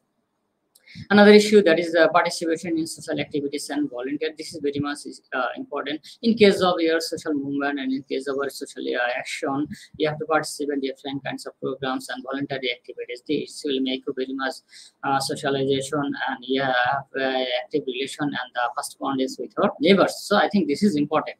And another thing that give help to people who need it. Actually, this is not only a character of a good citizen. As a human being, this is your obligatory work to help the people who need it. So I think there is no compromise regarding this kind of attributes. Another is cooperate with the law enforcement authorities. Sometimes we only criticize the law enforcement authorities, but sometimes we feel or we show our denies to the authorities. So I think it's very much important. Another is keep yourself well informed. Today we are living in a modern arena, and we are habituated with different kinds of things. We are keeping ourselves very much up to date so that we can sustain our life, and we can train our life very easily. Another is that vote when you are enough, when you are a good citizen, you are enough to be casting your vote as a citizen. So it's your one kind of duties to perform your vote. Another is take care of public sphere like libraries, streets, parks. Yeah. So I want to say something about this. Suppose we feel or we like to travel in Western countries like Europe, and if you go this kind of countries, they are very much neat and clean. But whatever you see in your countries, still we are very much lag behind of this kind of take caring things like park, street, and highways. We are not still very much neat and clean, and we don't have enough sense, our public sense in that cases, because still we like to throw different kind of trust, different kind of saying in the store, or we are polluting different kinds of environment and polluting our rivers. We are not very much good person to take care of environment. So we live in a dusty or nasty environment. So this is not a silly issue. It's also important, because as a citizen, it's your responsibility and duty is to take care of these things. Another is to be patriotic about your country. This is a common. Actually, we show our patriotism in Facebook or only in movies. But if you want to be a good citizen, or you are claimed as a good citizen, you have to show all these kinds of details. Be active in your country's politics. I think these ideas are declining in our subcontinent, because people are going far away from the gentle politics, because there is moralism, animalism, and chaos, and there is a hate speech in our political parties. So I think there is a crisis in our political system. So I think these are the constitutional duties and responsibilities of a good citizen in our country. But these are the duties and responsibilities. But what are the rights when you are performing as a citizen, performing your duties and responsibilities? But you have the right. Yes, it demands the rights. So before going to say about the rights, I'm going to discuss the situation of this subcontinent. If we look forward or look into the cases of HDI, that is Human Development Index, to, this is a combined index, how the condition or what is the condition of a citizen in a country. So suppose you're watching first the Maldives, their population and their age day index is 0.740. So if you consider the maximum age day, that is like Finland, like Switzerland, this countries have the highest age day index, that is 0.90 or 80, this country. So in our neighboring countries, Maldives has the top one age day index. That is another next is Nepal, that is 0.602, that is half of that. One is the maximum values in the index. That is next is Sri Lanka. Then another is Sri Lanka, and another is Pakistan, that is near about 2.5. So you're watching that, and what kind of other countries like India and Bangladesh. So if you consider this country, they have the same average regarding this issue. So we can say that we don't have enough score to claim as a good country or to be a good citizen, and we have all the rights that is we can demand. That is another issue. We can say the per capita income in South Asia, if you consider the Afghanistan, Bangladesh, Bhutan, Nepal, Sri Lanka. In case of Afghanistan, they have the lowest per capita income, and in Bangladesh they have 2,000, India 3,000, Maldives around 2,000, and the Maldives has the highest, that is more than 6,000. Pakistan is much more lower than Bangladesh and India. And that is another, you are watching the Sri Lanka, they have a good score or to a sound per capita income, that is more about near to 4,000. But what I said earlier, that they had denied the responsibility, they have denied the duties of the citizen, that they are now in the last situation of their collapsing. So I think their duties and responsibility are very much related to their living of standard. Next issue that is I'm going to say about the South Asia, that is CPR, that is I think the corruption rate in this country, that is the Bhutan, India, Sri Lanka, Pakistan, Maldives, Bangladesh, etc. So you are watching the score in 100, Bhutan 68, 40, 30, and so all the countries are below the 60. So you are also watching the rank in 180. So you are watching that Afghanistan, Bangladesh, Pakistan, as well as the that is Nepal. So we have a higher score than the other countries, and we have a that is the bad score in kind of corruption. So people of this country and the bureaucratic system of this country, they are very much involved in corruption. So why what is the negative impact of corruption? In case of corruption, the people are depriving for their basic rights, their welfare rights. So they are living in a low standard life. So I think these are the effect of this corruption. So we are not in good position in terms of corruption. That is another issue we can say about the top poorest countries in the world, South, especially Asia. That you can see in this. That is the column, that is the number is in Afghanistan here in Asia, and you can also see here the Nepal, and another is Pakistan, Myanmar. So you are watching some kind of countries here in our, those are very much neighbor and in our circulated countries.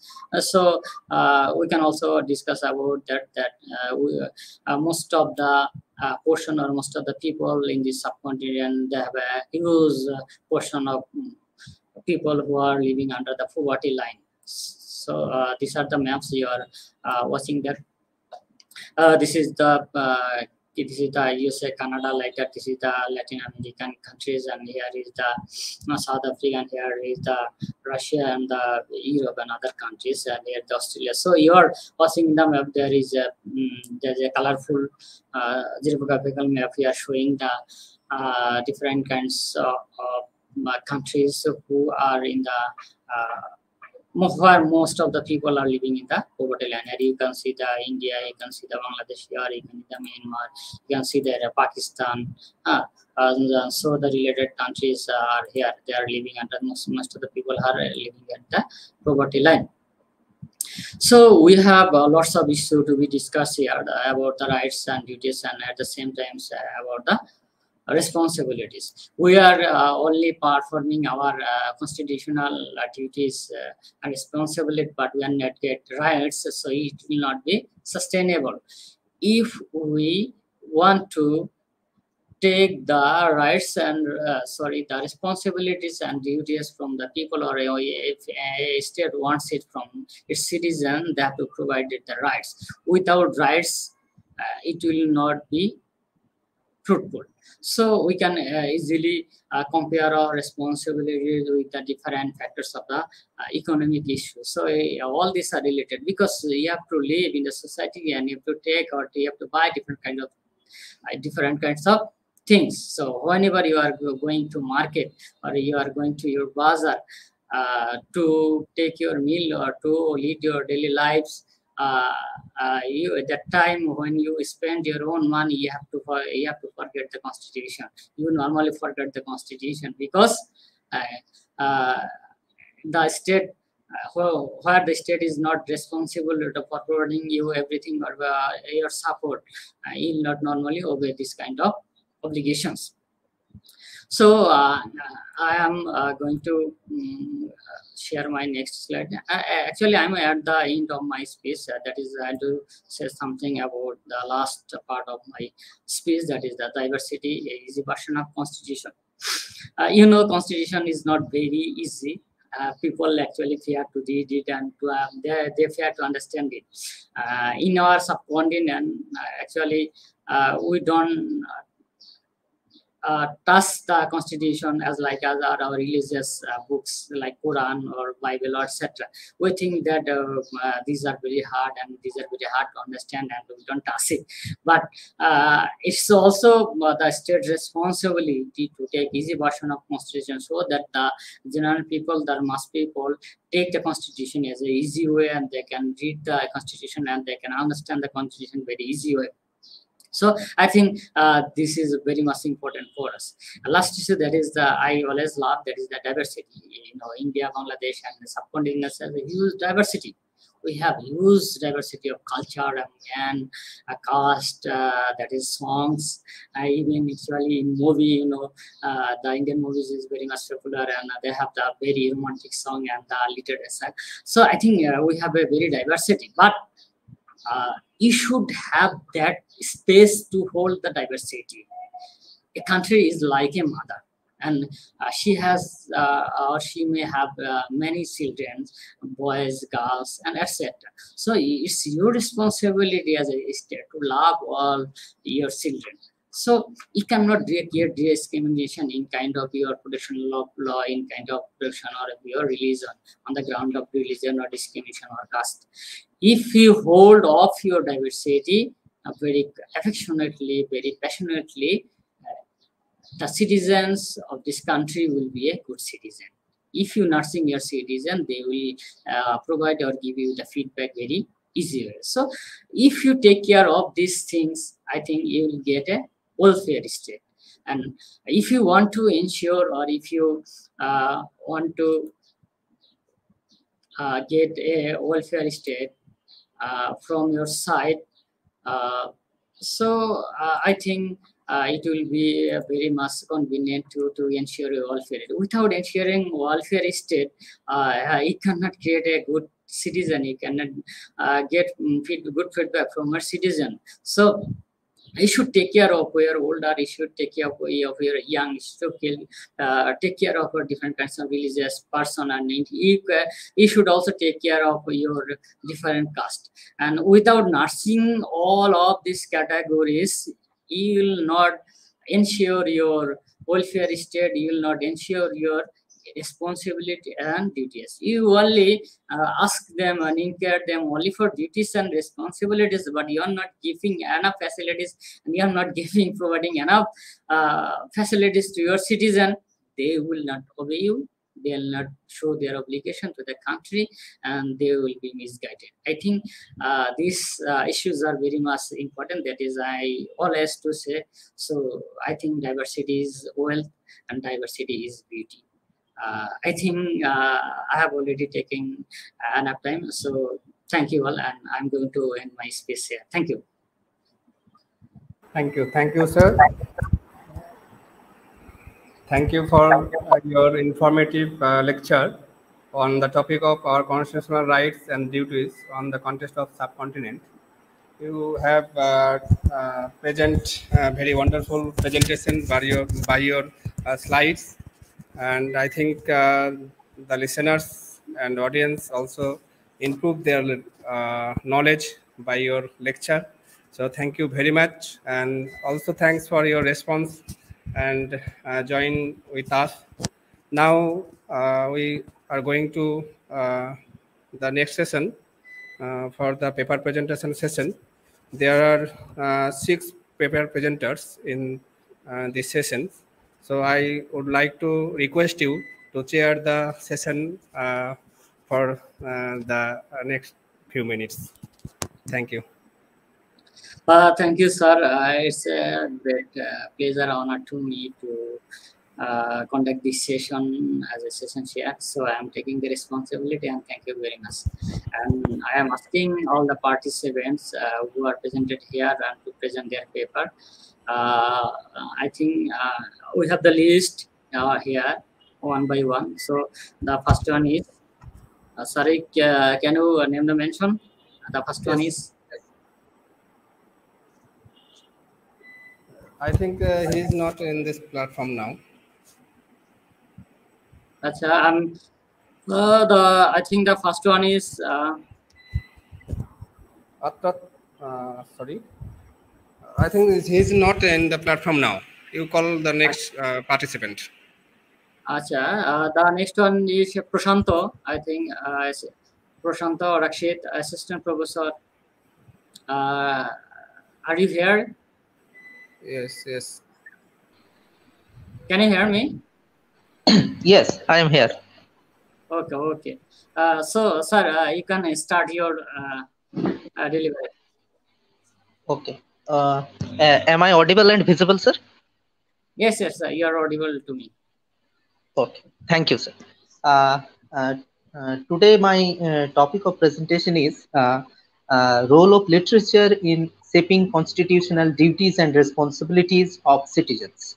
Actually, I am a student of literature, and so in talking about the duties and responsibilities of citizens, I would like to take literature as an interdisciplinary subject, and in order to create the idea of responsibility and the idea of duty in the minds of the students or in the minds of the citizens.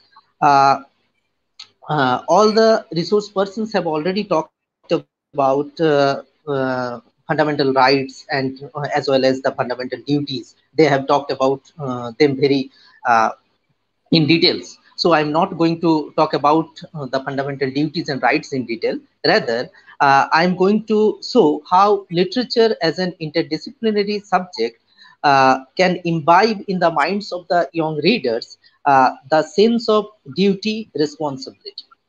In our society, we find so many problems. Our society, if we look at the societal problems, then we find that there are so many problems, like the problems of marginalization, the hatred among citizens, as well as racial conflicts among citizens. Though our constitution, if we look at the fundamental rights, then we can find that there is right to equality, right against exploitation. All these things are there, but still in our society we do find so many problems. The first problem which I'm going to talk about is the marginalization of women on the basis of gender. They are marginalized and they are forced to do unpaid labor. They are forced to do household chores in their households, and they are often forbidden to do their own activities like working women. Our society don't like working women. So the marginalization of women is you can say a fundamental problem in our society. But at the same time, there is, if I can say that there is another problem, that is the problem of differently abled students or differently abled persons. They are marginalized on the basis of their body structure, that they possess a different kind of body structure, and that's why they are marginalized. So our society poses a great kind of hatred towards these differently abled people. And now I am going to shift my focus towards the picture. If you look at the picture of a classroom, then you can very well find that the picture of a classroom is quite different from the picture of our society. In a classroom, if you look at the picture of a classroom, in a classroom, all the students wearing the same kind of uniform, they sit by side, sharing the same tiffins, sharing their thoughts, sharing their identities, all these things, and forgetting about their class, forgetting about their race, forgetting about their gender. All these things they used to forget. Hello? Hello? We can hear you. Yes. Okay, thank you. So forgetting about their differences, all the students sit in a classroom and they share their thoughts. But in our society, if we look at, then you can find so many kinds of diversifications, so many kinds of differences among people. But though if we find two persons of two religious sects, then you can find the differences between those two people. If you find the same religious persons, but their caste is different, still you can find so many kinds of problems in a society. But uh, but but in a classroom we don't find such kinds of problems. So the idea is that the mind of the young learners is pure, but it becomes impure by the you can say stereotypes of the society, by the stigmatizations of the society. So such things happen in our society because of these bad impulses, or because of these bad influences. The minds of the young learners are influenced. So now the role of literature comes at this particular point. So the duty of the teachers is to when a young mind comes to the school, or when a young learner comes to the school, the duty of a teacher is to teach them the idea of harmony, is to teach them the spirit of fraternity or brotherhood. So all these things, that the religious forgetting about their religious identities and forgetting about their castes, all these things should be taught in a classroom by the teachers through various texts of literature, through various poems, through various literary analysis and such things.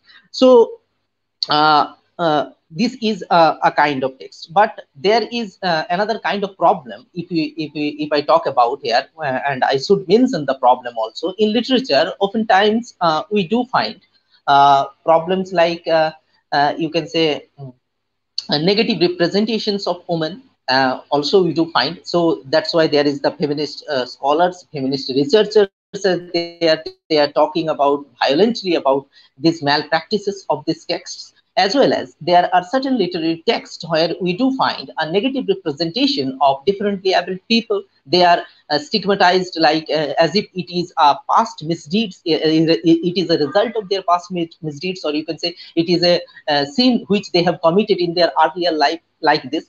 So negative representations also happen in literature also. So what is the solution? If literature also gives, literature shows that disabled characters as helpless, pitiful, and women characters who are marginalized, who are forced to do their household duties, or who are forced to take motherhood, or without motherhood a woman is incomplete. Such things we oftentimes to find in literature. So what is the solution? The solution is in the hands of the teachers. The solution is in the hands of the research scholars. The solution is in the hands of the persons who are practicing literary theories and literary criticism. So the teachers have to teach the young learners what is right and what is wrong. If they find any kind of research gaps, if they find any kind of literary problems in a particular kind of text, then they should point it out to the young learners that this is not right, this is wrong. So without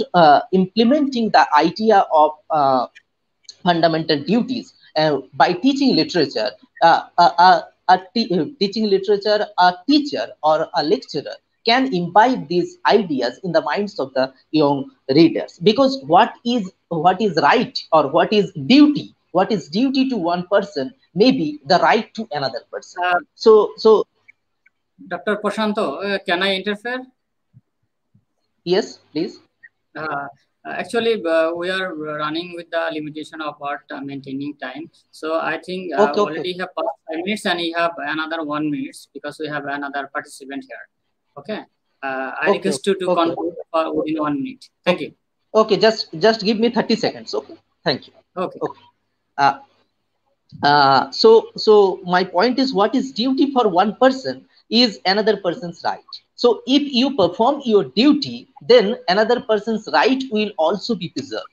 So rights are conferred on the individuals, not for their individual upliftment, but also for their social and collective good. So if you are performing your duties, you are doing it not only for your own upliftment, but also for the benefit of the society. Thank you. Thank you, Prashanto. You had a very interesting topic, that is the literature. Actually, in my speech, I have also said about the very easy version of Constitution. I think it's one of the synonym of your speech. So thank you very much, and good luck to you. And our next thank you, sir. presenter, Thank you. Purnab Ghosh, are you here in online? Yes, sir. I am online. Thank you, sir. You are giving 5 minutes to present your slide or your presentation. Yes, sir. Actually, I have class because I am going to make class just 5 minutes after. Okay, that's why I have shortened my presentation. Okay. Okay. Thank you, sir. Yes, sir. Actually, my topic is conceptualizing child protection and child rights through the Indian Constitution for upskilling democratic citizenship. That most of us, we have seen that the children are unsecured rather than the adults. And আমি একটু English Bangla মিশিয়ে বলছি, কারণ আমার মনে হয় আমাদের স্টুডেন্টরা তাহলে এটাতে ভালো বুঝবে এবং তাদের উপকৃত হবে আর কি তারা। তো and there, because children are mostly unsecured in the society, but we don't think about our children, and most of them, the government and our society are inactive in this concern. And because we all think that the parents or the guardians always think that the children are the property of them, and being an adult, they always think that the children have little thing to do for the society. They have the little thing to do to contribute in the society, and that's why they have the least capability of doing something else. And we also think that they have no right, they have no capability, and rather than but most of the things is that our constitution has given many powers and many articles and provisions to empower them, that they have the mind, they have their the opinions, own opinions to express in the society, because they may not be able to express their opinions, but they have the right to express in any way. It may be in the written form, it may be in the oral version, or in any other ways, or it may be in the form of social media.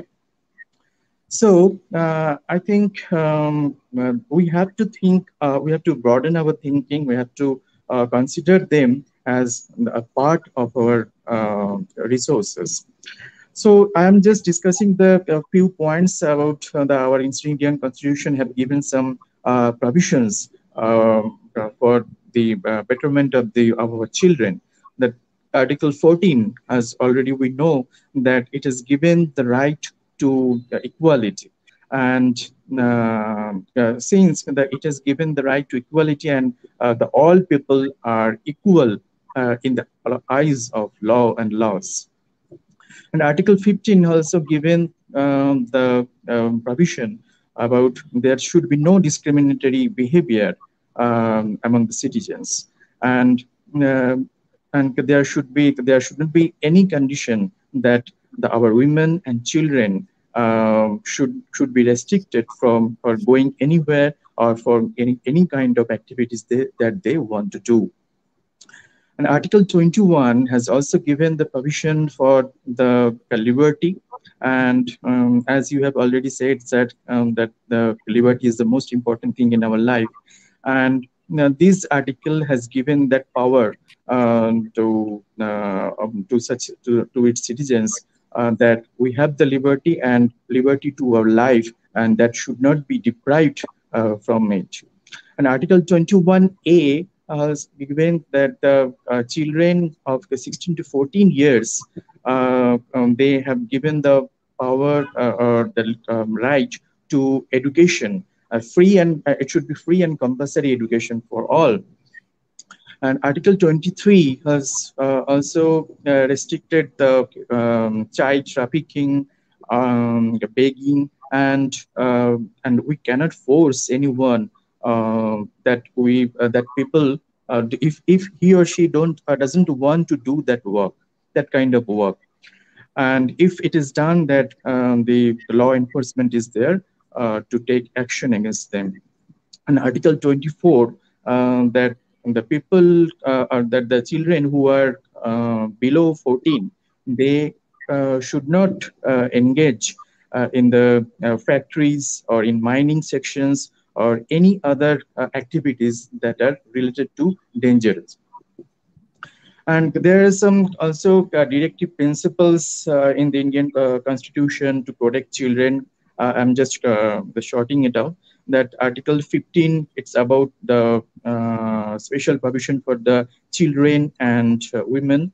Article 29 for the minority children. Article 39, 5 and 6 for the it is the principle for the laborers and women, and of course for the children, so that the children cannot lose their the age in which they play in the ground. And Article 45 has also given the provision for the up to 6 years of age, they should get the opportunity to equal rights and can I yes, sir. Yes, sir. Actually, sir, we have a specific time limit. So if you finish your lecture within 1 minute, that will be very much appreciated. Thank you. Okay, sir. Actually, there are lots of provisions that I am already discussing about it, and I want to tell you that there are lots of provisions have been taken by the government, state governments as well as central government, and 1098 is the helpline by which one can easily communicate with the government representative. It is available 365 days and 24 hours. Which may be helpful for them to protect a child from any kind of trafficking, for any kind of the exploitation of them. And there are there are lots of NGOs are there. They are also working for the helping children and those who are actually the stray children who actually live in streets. We also need to protect them, and they have also the right for the equality. Thank you, sir. Thank you very much. Thank you, both sir, for your nice presentation and your very crucial topic, that is the child rights and child protection in our constitution. So I think it will help our children to be for the future of a nation and to be a good citizen in our future. So very much thank you. Thank you for it. Thank you, sir. Thank you very much. And our next presenter, Tirtha Kumar Bosu and Arjit Das. I think all of you are here. So you are given 5 minutes to present yourself and your paper.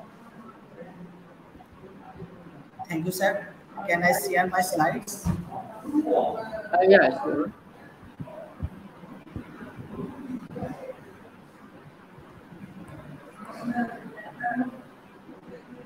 slides visible, sir?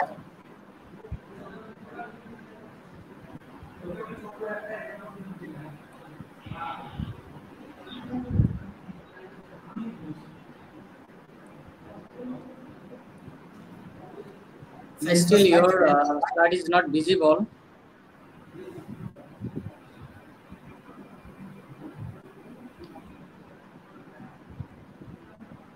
Is it visible now? Yeah, you are okay now. Okay.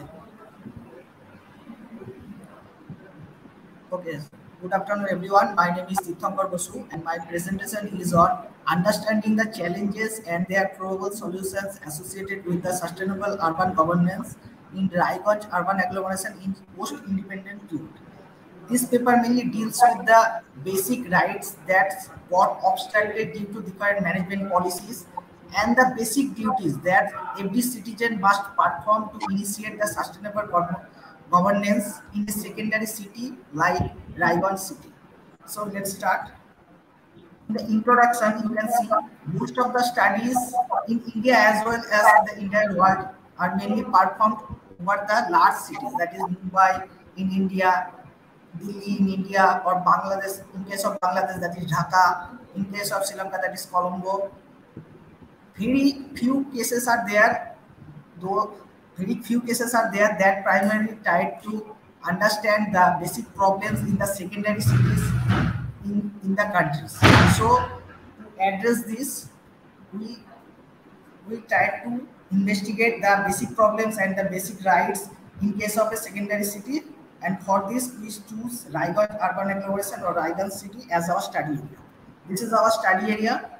It is located in eastern India in the state of West Bengal and in the district of Uttar Dinajpur.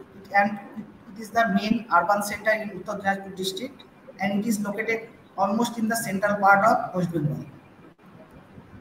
Now, growth of Raiganj. You can see the city expanded very significantly since the independence. In the year 1951, it had only 15,000 population, but as per the last census, it consists now 1.83 lakh population with 26 wards. These are the major infrastructural setups that took place in Raiganj agglomeration in different time periods. These are the overall view of Raiganj urban agglomeration with basic amenities and roads. This is the newly constructed Raiganj University building, and this is the Raiganj Medical College at the upper portion. Now, emerging problems in Raiganj urban agglomeration.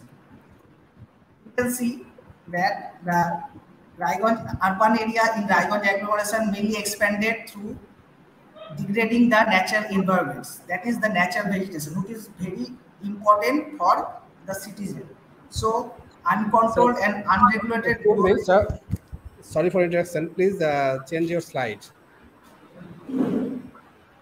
Yes, sir. I'm already changing my slide, sir. Actually, your changing slide is not visible here. It is only showing the first slide. Okay, you're okay now. Okay, you're okay now.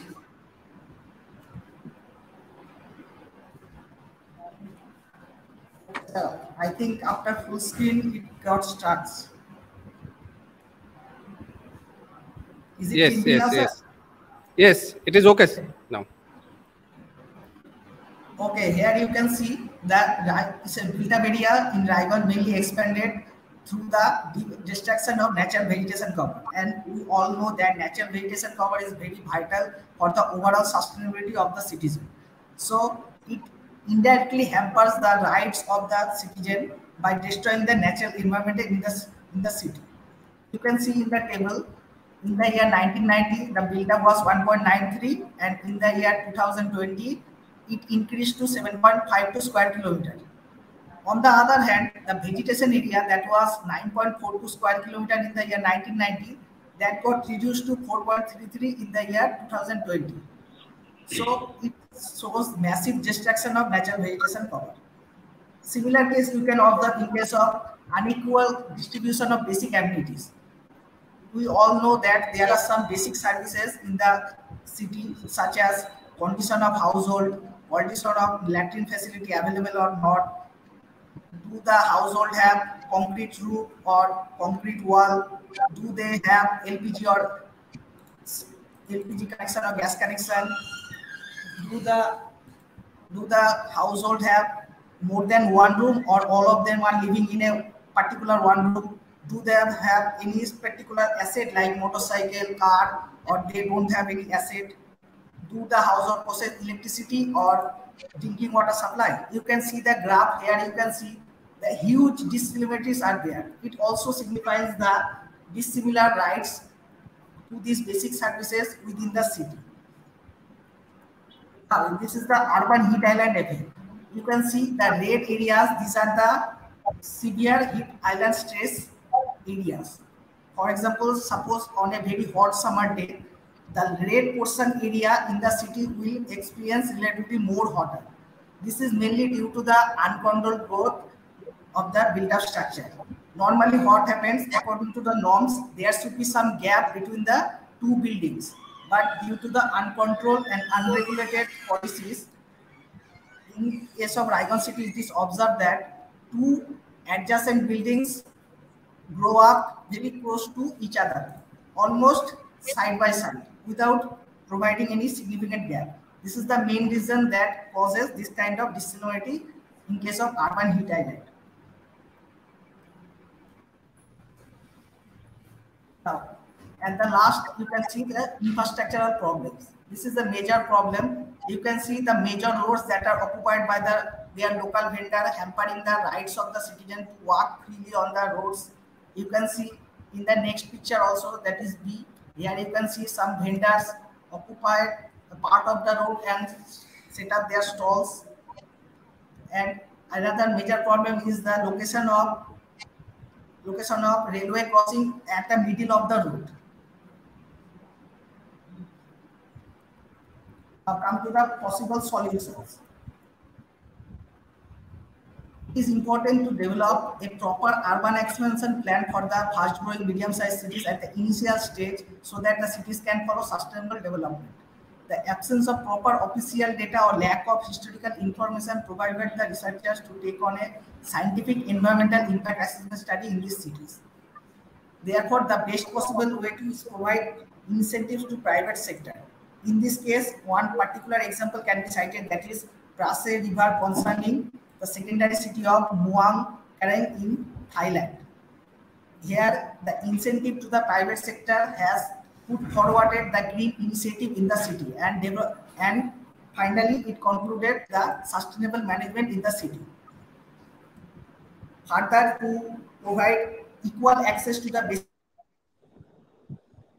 basic services, the Phenom Pay Community Development Project can be cited. It talks about the 50-50 partnership among the citizen and the government. It basically delivers more funds to provide the basic infrastructure facility or to set up the basic infrastructure facilities in the city. Therefore, the willingness of the residents to invest in better services availability can be utilized to improve the urban infrastructure in the underdeveloped areas. Now, conclusion. According to World Bank, secondary cities make up almost 40% of the world cities population. Nearly 2/3 of these are located in Africa and Asia. They form an important part of an emerging global system of the city. So it clearly says the importance of secondary cities in present context as well as in the future context. So proper management plan and proper governance is very essential for the sustainable development of these cities. This study helps to provide an insight regarding the sustainable management of these cities. Thank you for your attention. Thank you, Tirthankar Bosu, and you had a very nice presentation and a research paper. You have mentioned so many things. Actually, this is a common scenario in our state because the government or others political parties are going to different kinds of projects, but they are not very much willing to maintain the different kind of ethical issue, such like the sustainable development, etc. So I think you have raised a valid question and you have showed a valid reason. So that is very much crucial to have to know about it. So thank you very much. Thank you very much, sir. And our next presenter, Jayati Mitra, you are given 5 minutes to present yourself. Carry on. Thank you, sir. Good afternoon, everybody. My respected teachers and chairperson and my dear colleague. My topic is importance of citizen rights in the perspective of Indian constitutions, problem and prospects. The most important matter of personal development in aspect of national and international perspectives is right. Man, a social being, he demands various opportunities to develop this personality from inside the society. Since long past, many sociologists and philosophers have emphasized on the importance of citizen rights. According to Lasky, rights are the sum total of those opportunities that helps personality development. But the subject which discussion and criticism and analyzing are going on personality presently is citizen rights. Too many historic movement and bloodshed, our human beings are have been able to acquire the rights. In third schedule of the Indian constitutions, there are rights to equality, rights to liberty, rights against exploitations, religious rights, cultural and education rights, and constitutional remedies. All this enforced by the court. Again, in the Indian Constitution has been incorporated a chapter named Citizens' Rights. In the Article 32 and 226 of the Indian Constitution, there has been made provision for the implementation of the fundamental rights. Again, under clause 326, there is rights in universal adult franchise, but it is necessary to preserve citizen rights by law, so humans are not compelled to take the path of rebellion towards the last resort against torture and exploitation. The problem of arising so many. At first, this problem, despite the main hurdle, the main hurdle is Indian towards human rights. Preservation is property and literacy. A large number of people here live below poverty level of the total illiteracy worldwide. 40% live in India alone. Thus, poor and literates fell victim to many discrimination because they are not aware to their rights. Thus, very easily the supremacy of the haves is extended on the notes. Next problems, the caste system still exists in Indian society, especially in rural area. Still now, there is a supremacy of the caste Hindus in Indian social life. Even now, the lower caste, that is the Harijans, falls victim to upper caste, physical and mental torture in India. Besides, many incidents are reported to exploitation and torture of the Harijans, which especially proves the violation of rights. In the Article 19 to 22 of the Indian Constitution, the right to liberty have been recognized, but due to misuse of quota, visa, etc., most of the citizens are deprived of these rights. Such incident of violation of rights are lodged with the National and State Human Rights Commission because of absence of proper infrastructure, so rights are not being implementation. Despite the no lack of legal or administration measure in the context of national rights maintenance, there are many obstacles of rights implementation which come to light through research. According to the Article 38 of the Indian Constitution, the state will build up such a social system in respect of social, economic, and political equality, where there will be welfare to everyone in the society. The state will endeavor to create an atmosphere of equilibrium of opportunity. In this way, despite recognize an atmosphere suitable to individual development in the Indian Constitution, There are acute poverty, literacy, unemployment, superstition, legal complicity, insecurity in economic life, brutality against women and children, untouchability, etc., are destroying the very dreams of the Indian people to build a social atmosphere of rights enjoyment. Because of mixed economic in India, there has been centralization of money among a few capitalists. Again, the very dream of human rights establishment in India is shattered because of a few political parties' evil efforts to cherish their personal gains. Thank you, sir. Thank you, Mitra sir. You had a nice topic, and you raised the different issue in the different classes of people in your country and about their rights who are violating them. So thank you for your nice presentation. Thank you, sir. Thank you, sir. We are waiting for another good issue. It's a nice topic, and our another teacher, I think he's an associate professor of. His topic is about the marginal people, especially the rights of Dalit. I think, how far I can guess, the slavery and to emancipation. And Dalit people are everywhere in our subcontinent. You will also find it in India, Bangladesh, and other countries. So I think sir will talk about the group of these marginal people, about the Dalit people. So, thank you, sir. You can start now. Sir, please unmute your system. Am I audible? Yes, sir. Yes, sir. You are audible. Okay. Thank you, sir.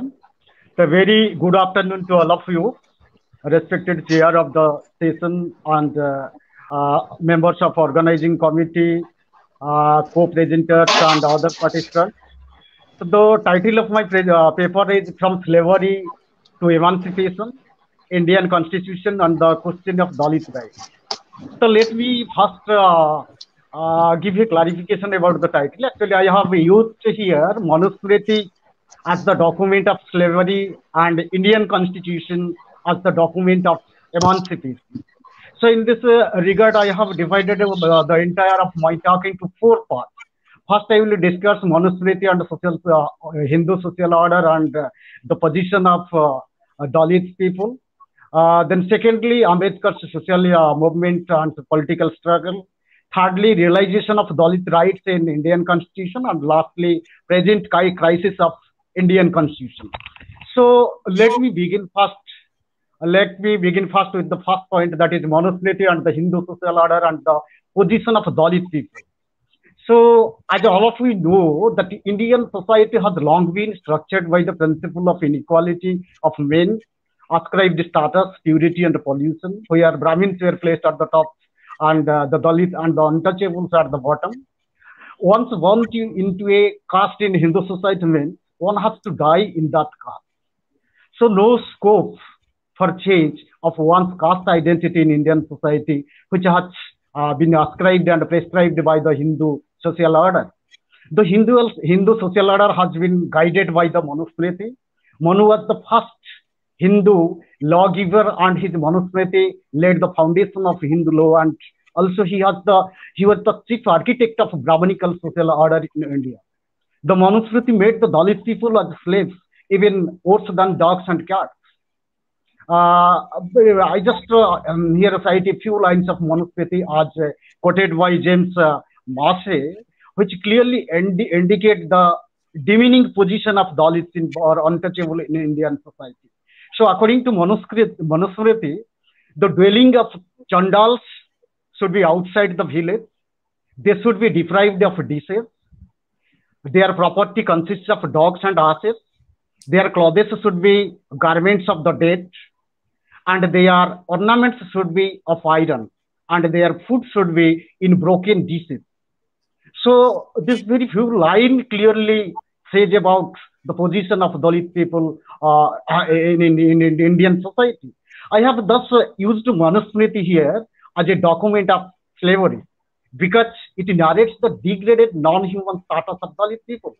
It is because of this one Manusmriti that millions of Dalit people were excluded from the society. They were systematically denied access to the opportunities and the resources which which were basic needs for their survival. They were deprived of their basic rights simply because they were untouchables and it was their sin. For this, they have been victims of social discrimination, economic exploitation, cultural segregation, and political oppression for centuries after centuries. Even Brahmanical power structure in India excluded Dalit epistemology and the experience of Dalit untouchable from the domain of knowledge.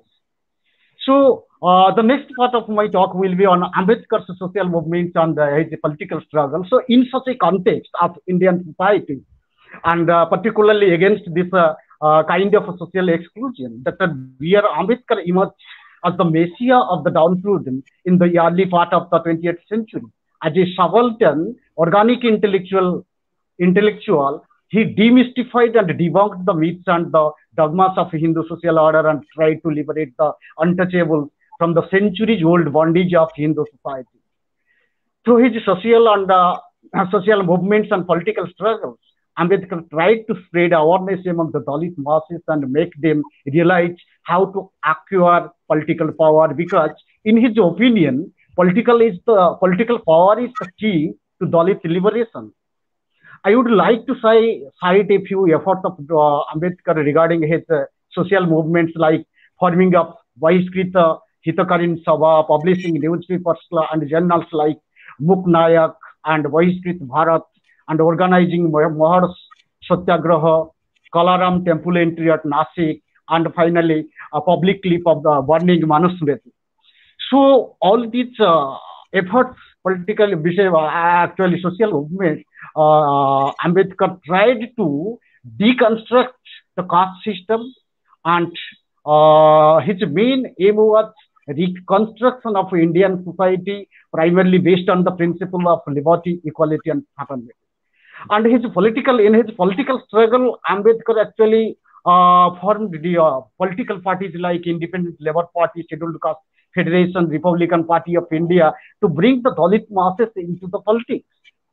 His landmark achievement of a communal award for a separate electorate for the Dalits was an attempt to construct a separate Dalit identity and quite different from the Hindu universal identity. But the Pune Pact did not let it to fulfill due to Gandhi's fast unto death, which ultimately integrated and assimilated with the untouchables into the Hindu fold with some affirmative action or reservation in legislative bodies, educational institutions, and public services. But yes, this was not a less significant achievement for the Dalit people because they acquired a dignified social status and with rights and opportunities in Indian society. Sir, can I interfere, sir? Okay. I will try to finish it. So then finally, the Dalit people actually they fight their rights, they fight their liberation, they fight their emancipation in Indian Constitution.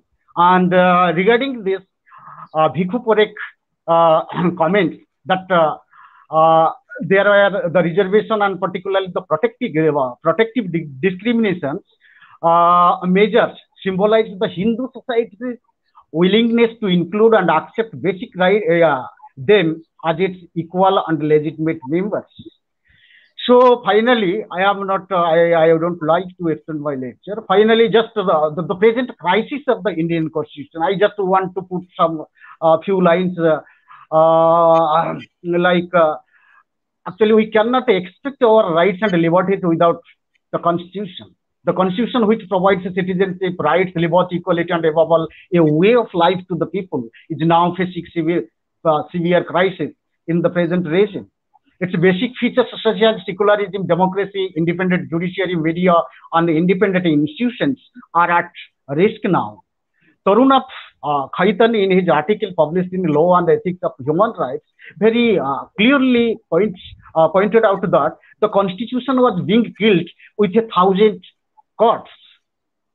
So he cited some of the important mechanisms through which the present regime or the present government has established its hegemony by adopting some mechanism like by silencing discursive accountability mechanism like confronting in NGOs and other civil society actors, silencing independent media, attacking on university and academic freedom, by disabling or capturing the fourth branch like Lokpal, Central Bureau of Investigation, Central Information Commission, Senior Bureaucracy, Natural Statistical Commission and Reserve Bank India, by interfering with judicial independence and appointments. And finally, Santosh Pal, a senior advocate of Supreme Court, he also says some important points like, according to him, the son of constitutional semantics, CAA, or Citizenship Amendment Act or NRC have little to do about citizenship. It is plain and simple emasculation of the Constitution from we the people. Millions of men and women and children overnight will scramble for the documentation to prove their citizenry. By this one stroke, they will divest millions of citizenship and consequently their voting rights. Millions of Indians like Hindus, Muslims, Jains, and Christians and Parsis, paid with blood, tears, and faced with bullets and lathis after heading to the calls for non-cooperation, Satyagraha, Swadeshi, and the many movements for the independence of India. However, for their labor and sacrifices, they didn't demand a certificate of citizenship. They simply put their faith and their faith on the Constitution and its institutions. The founders of our Constitution, by the solemn writing in the Constitution, promised the millions that they would be citizens of free India. So finally, in such a context, it should be the fundamental duty of each and every citizen of India to protest against such unconstitutional moves and protect the Constitution, which will ensure a good life to all the citizens of India. Thank you very much for taking a little more time. Thank you, sir, for your last presentation. And you had a different perspective and different views about the people, society, and your constitution. And thank you, sir, for your excellent preparation. So, thank you. Next presenter, Parthasarathi Nandi, are you here in online? Where? Yes, sir. Yeah.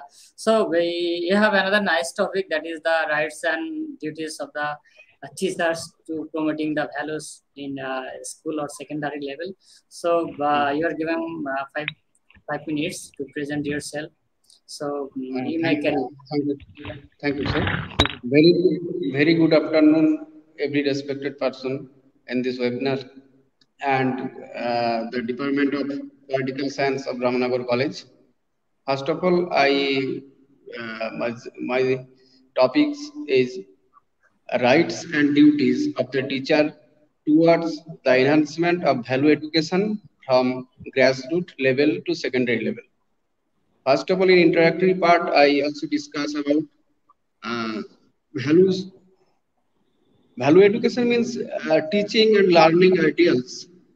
This aim for students to understand moral values and show their good behavior and attitude towards society. Values are the principles of life that expresses attitudes of moral development. It vary man to man in separate way. All human activities like feelings, sentiments, emotions, all are associated with values. But in that time, most problem is present here. In our present society, value education is about to decline. Now, value education is questionable regarding the development of society. In past, morality, honesty, brotherhood, duties were important in Indian culture. But in modern era, those Indian culture themes and degrading due to some reasons. In contemporary society, we lay down Western culture, such as advancement of science technology, population explosion, rapid industrialization, urbanization, and also mobilization. Due to globalization, we lost our natural simplicity. and grow up anxiety worries. As so as man has in that time man has become so much narrower, materialistic, bewilderistic. in this respect, teacher have the influential role of role model of students. An ordinary teacher can transform society with their extraordinary performance. Actually, this paper provide information how to teacher enhance value education to the students from the grassroots level to the secondary level. These study main objectives to explore the importance of value education, to study the concept of value education, how to promote or how to explain the role of teacher in promoting their values. In that portion, I can say teacher is not only the source of information. Teacher can change a society. In informative way, teacher should his perspective change the society. In this topic, in qualitative analysis method may apply in this present study, and also in last of all, we discuss how the teachers grow up the society. Hence, the conclude the role of teachers in the changing of social scenario in becoming very challenging. In the earlier times, teachers was only the source of informations and command of respect of the respect. Anyone desirous of gaining knowledge had to bow down. Today, we have multiple information centers such as books and audiovisual. Thus, teachers' role as the only source of the information are mechanized. The society is becoming more materialistic and values appear this background. A teacher can change the society if we try to. All teachers try to change this materialistic society. Thank you very much. Thank you, Parthasarathi Nandi, for your nice topic, that is the duties and responsibilities of teachers. Actually, teacher is like a banyan tree, and he has to play the roles and duties all his total life. It's not a single time or single part time for his or she is playing his or her duty. So whenever you are in trouble in your entire life or a desperate life, you have to go to your teacher, and that is the customs and values in our subcontinent. I think you are answered it. Thank you for your presentation. Thank you. So thank you, others, and I'm giving to hand over my microphone to our respected sir, Shamal Paul. So thank you, sir. Thank you, sir. Thank you, all of you. You have present here so relevant topics. I'm not saying the topics one by one, but your presentation were very informative and very clear to the participants who are hearing this program by YouTube. So your discussion will enrich their knowledge and improve their personality also. And last of all, I would like to thank all of you, and especially to MD Rejaul Karim, who responds me for this program. Now I am invite Professor Rajesh Patro to give vote of thanks for this today's session. Professor Rajesh Patro.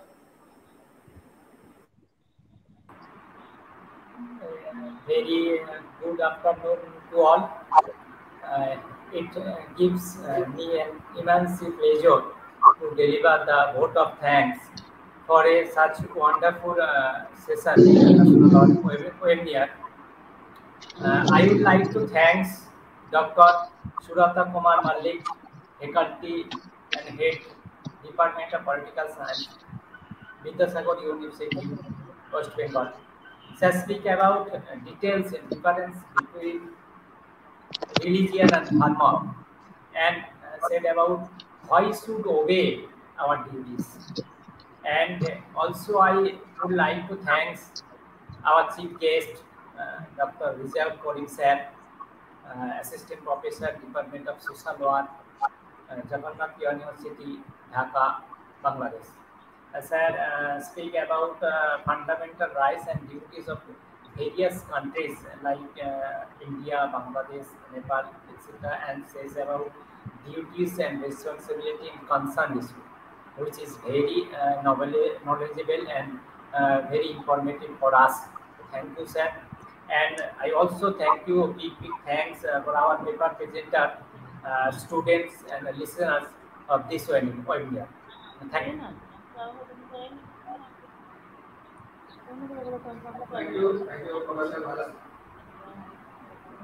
Professor Rajesh Patro. Now we are going to finish this webinar now. I would like to request all of you for join the next day, tomorrow. Then there will be the next session for this 3-day webinar. Thank you all again. Thank you.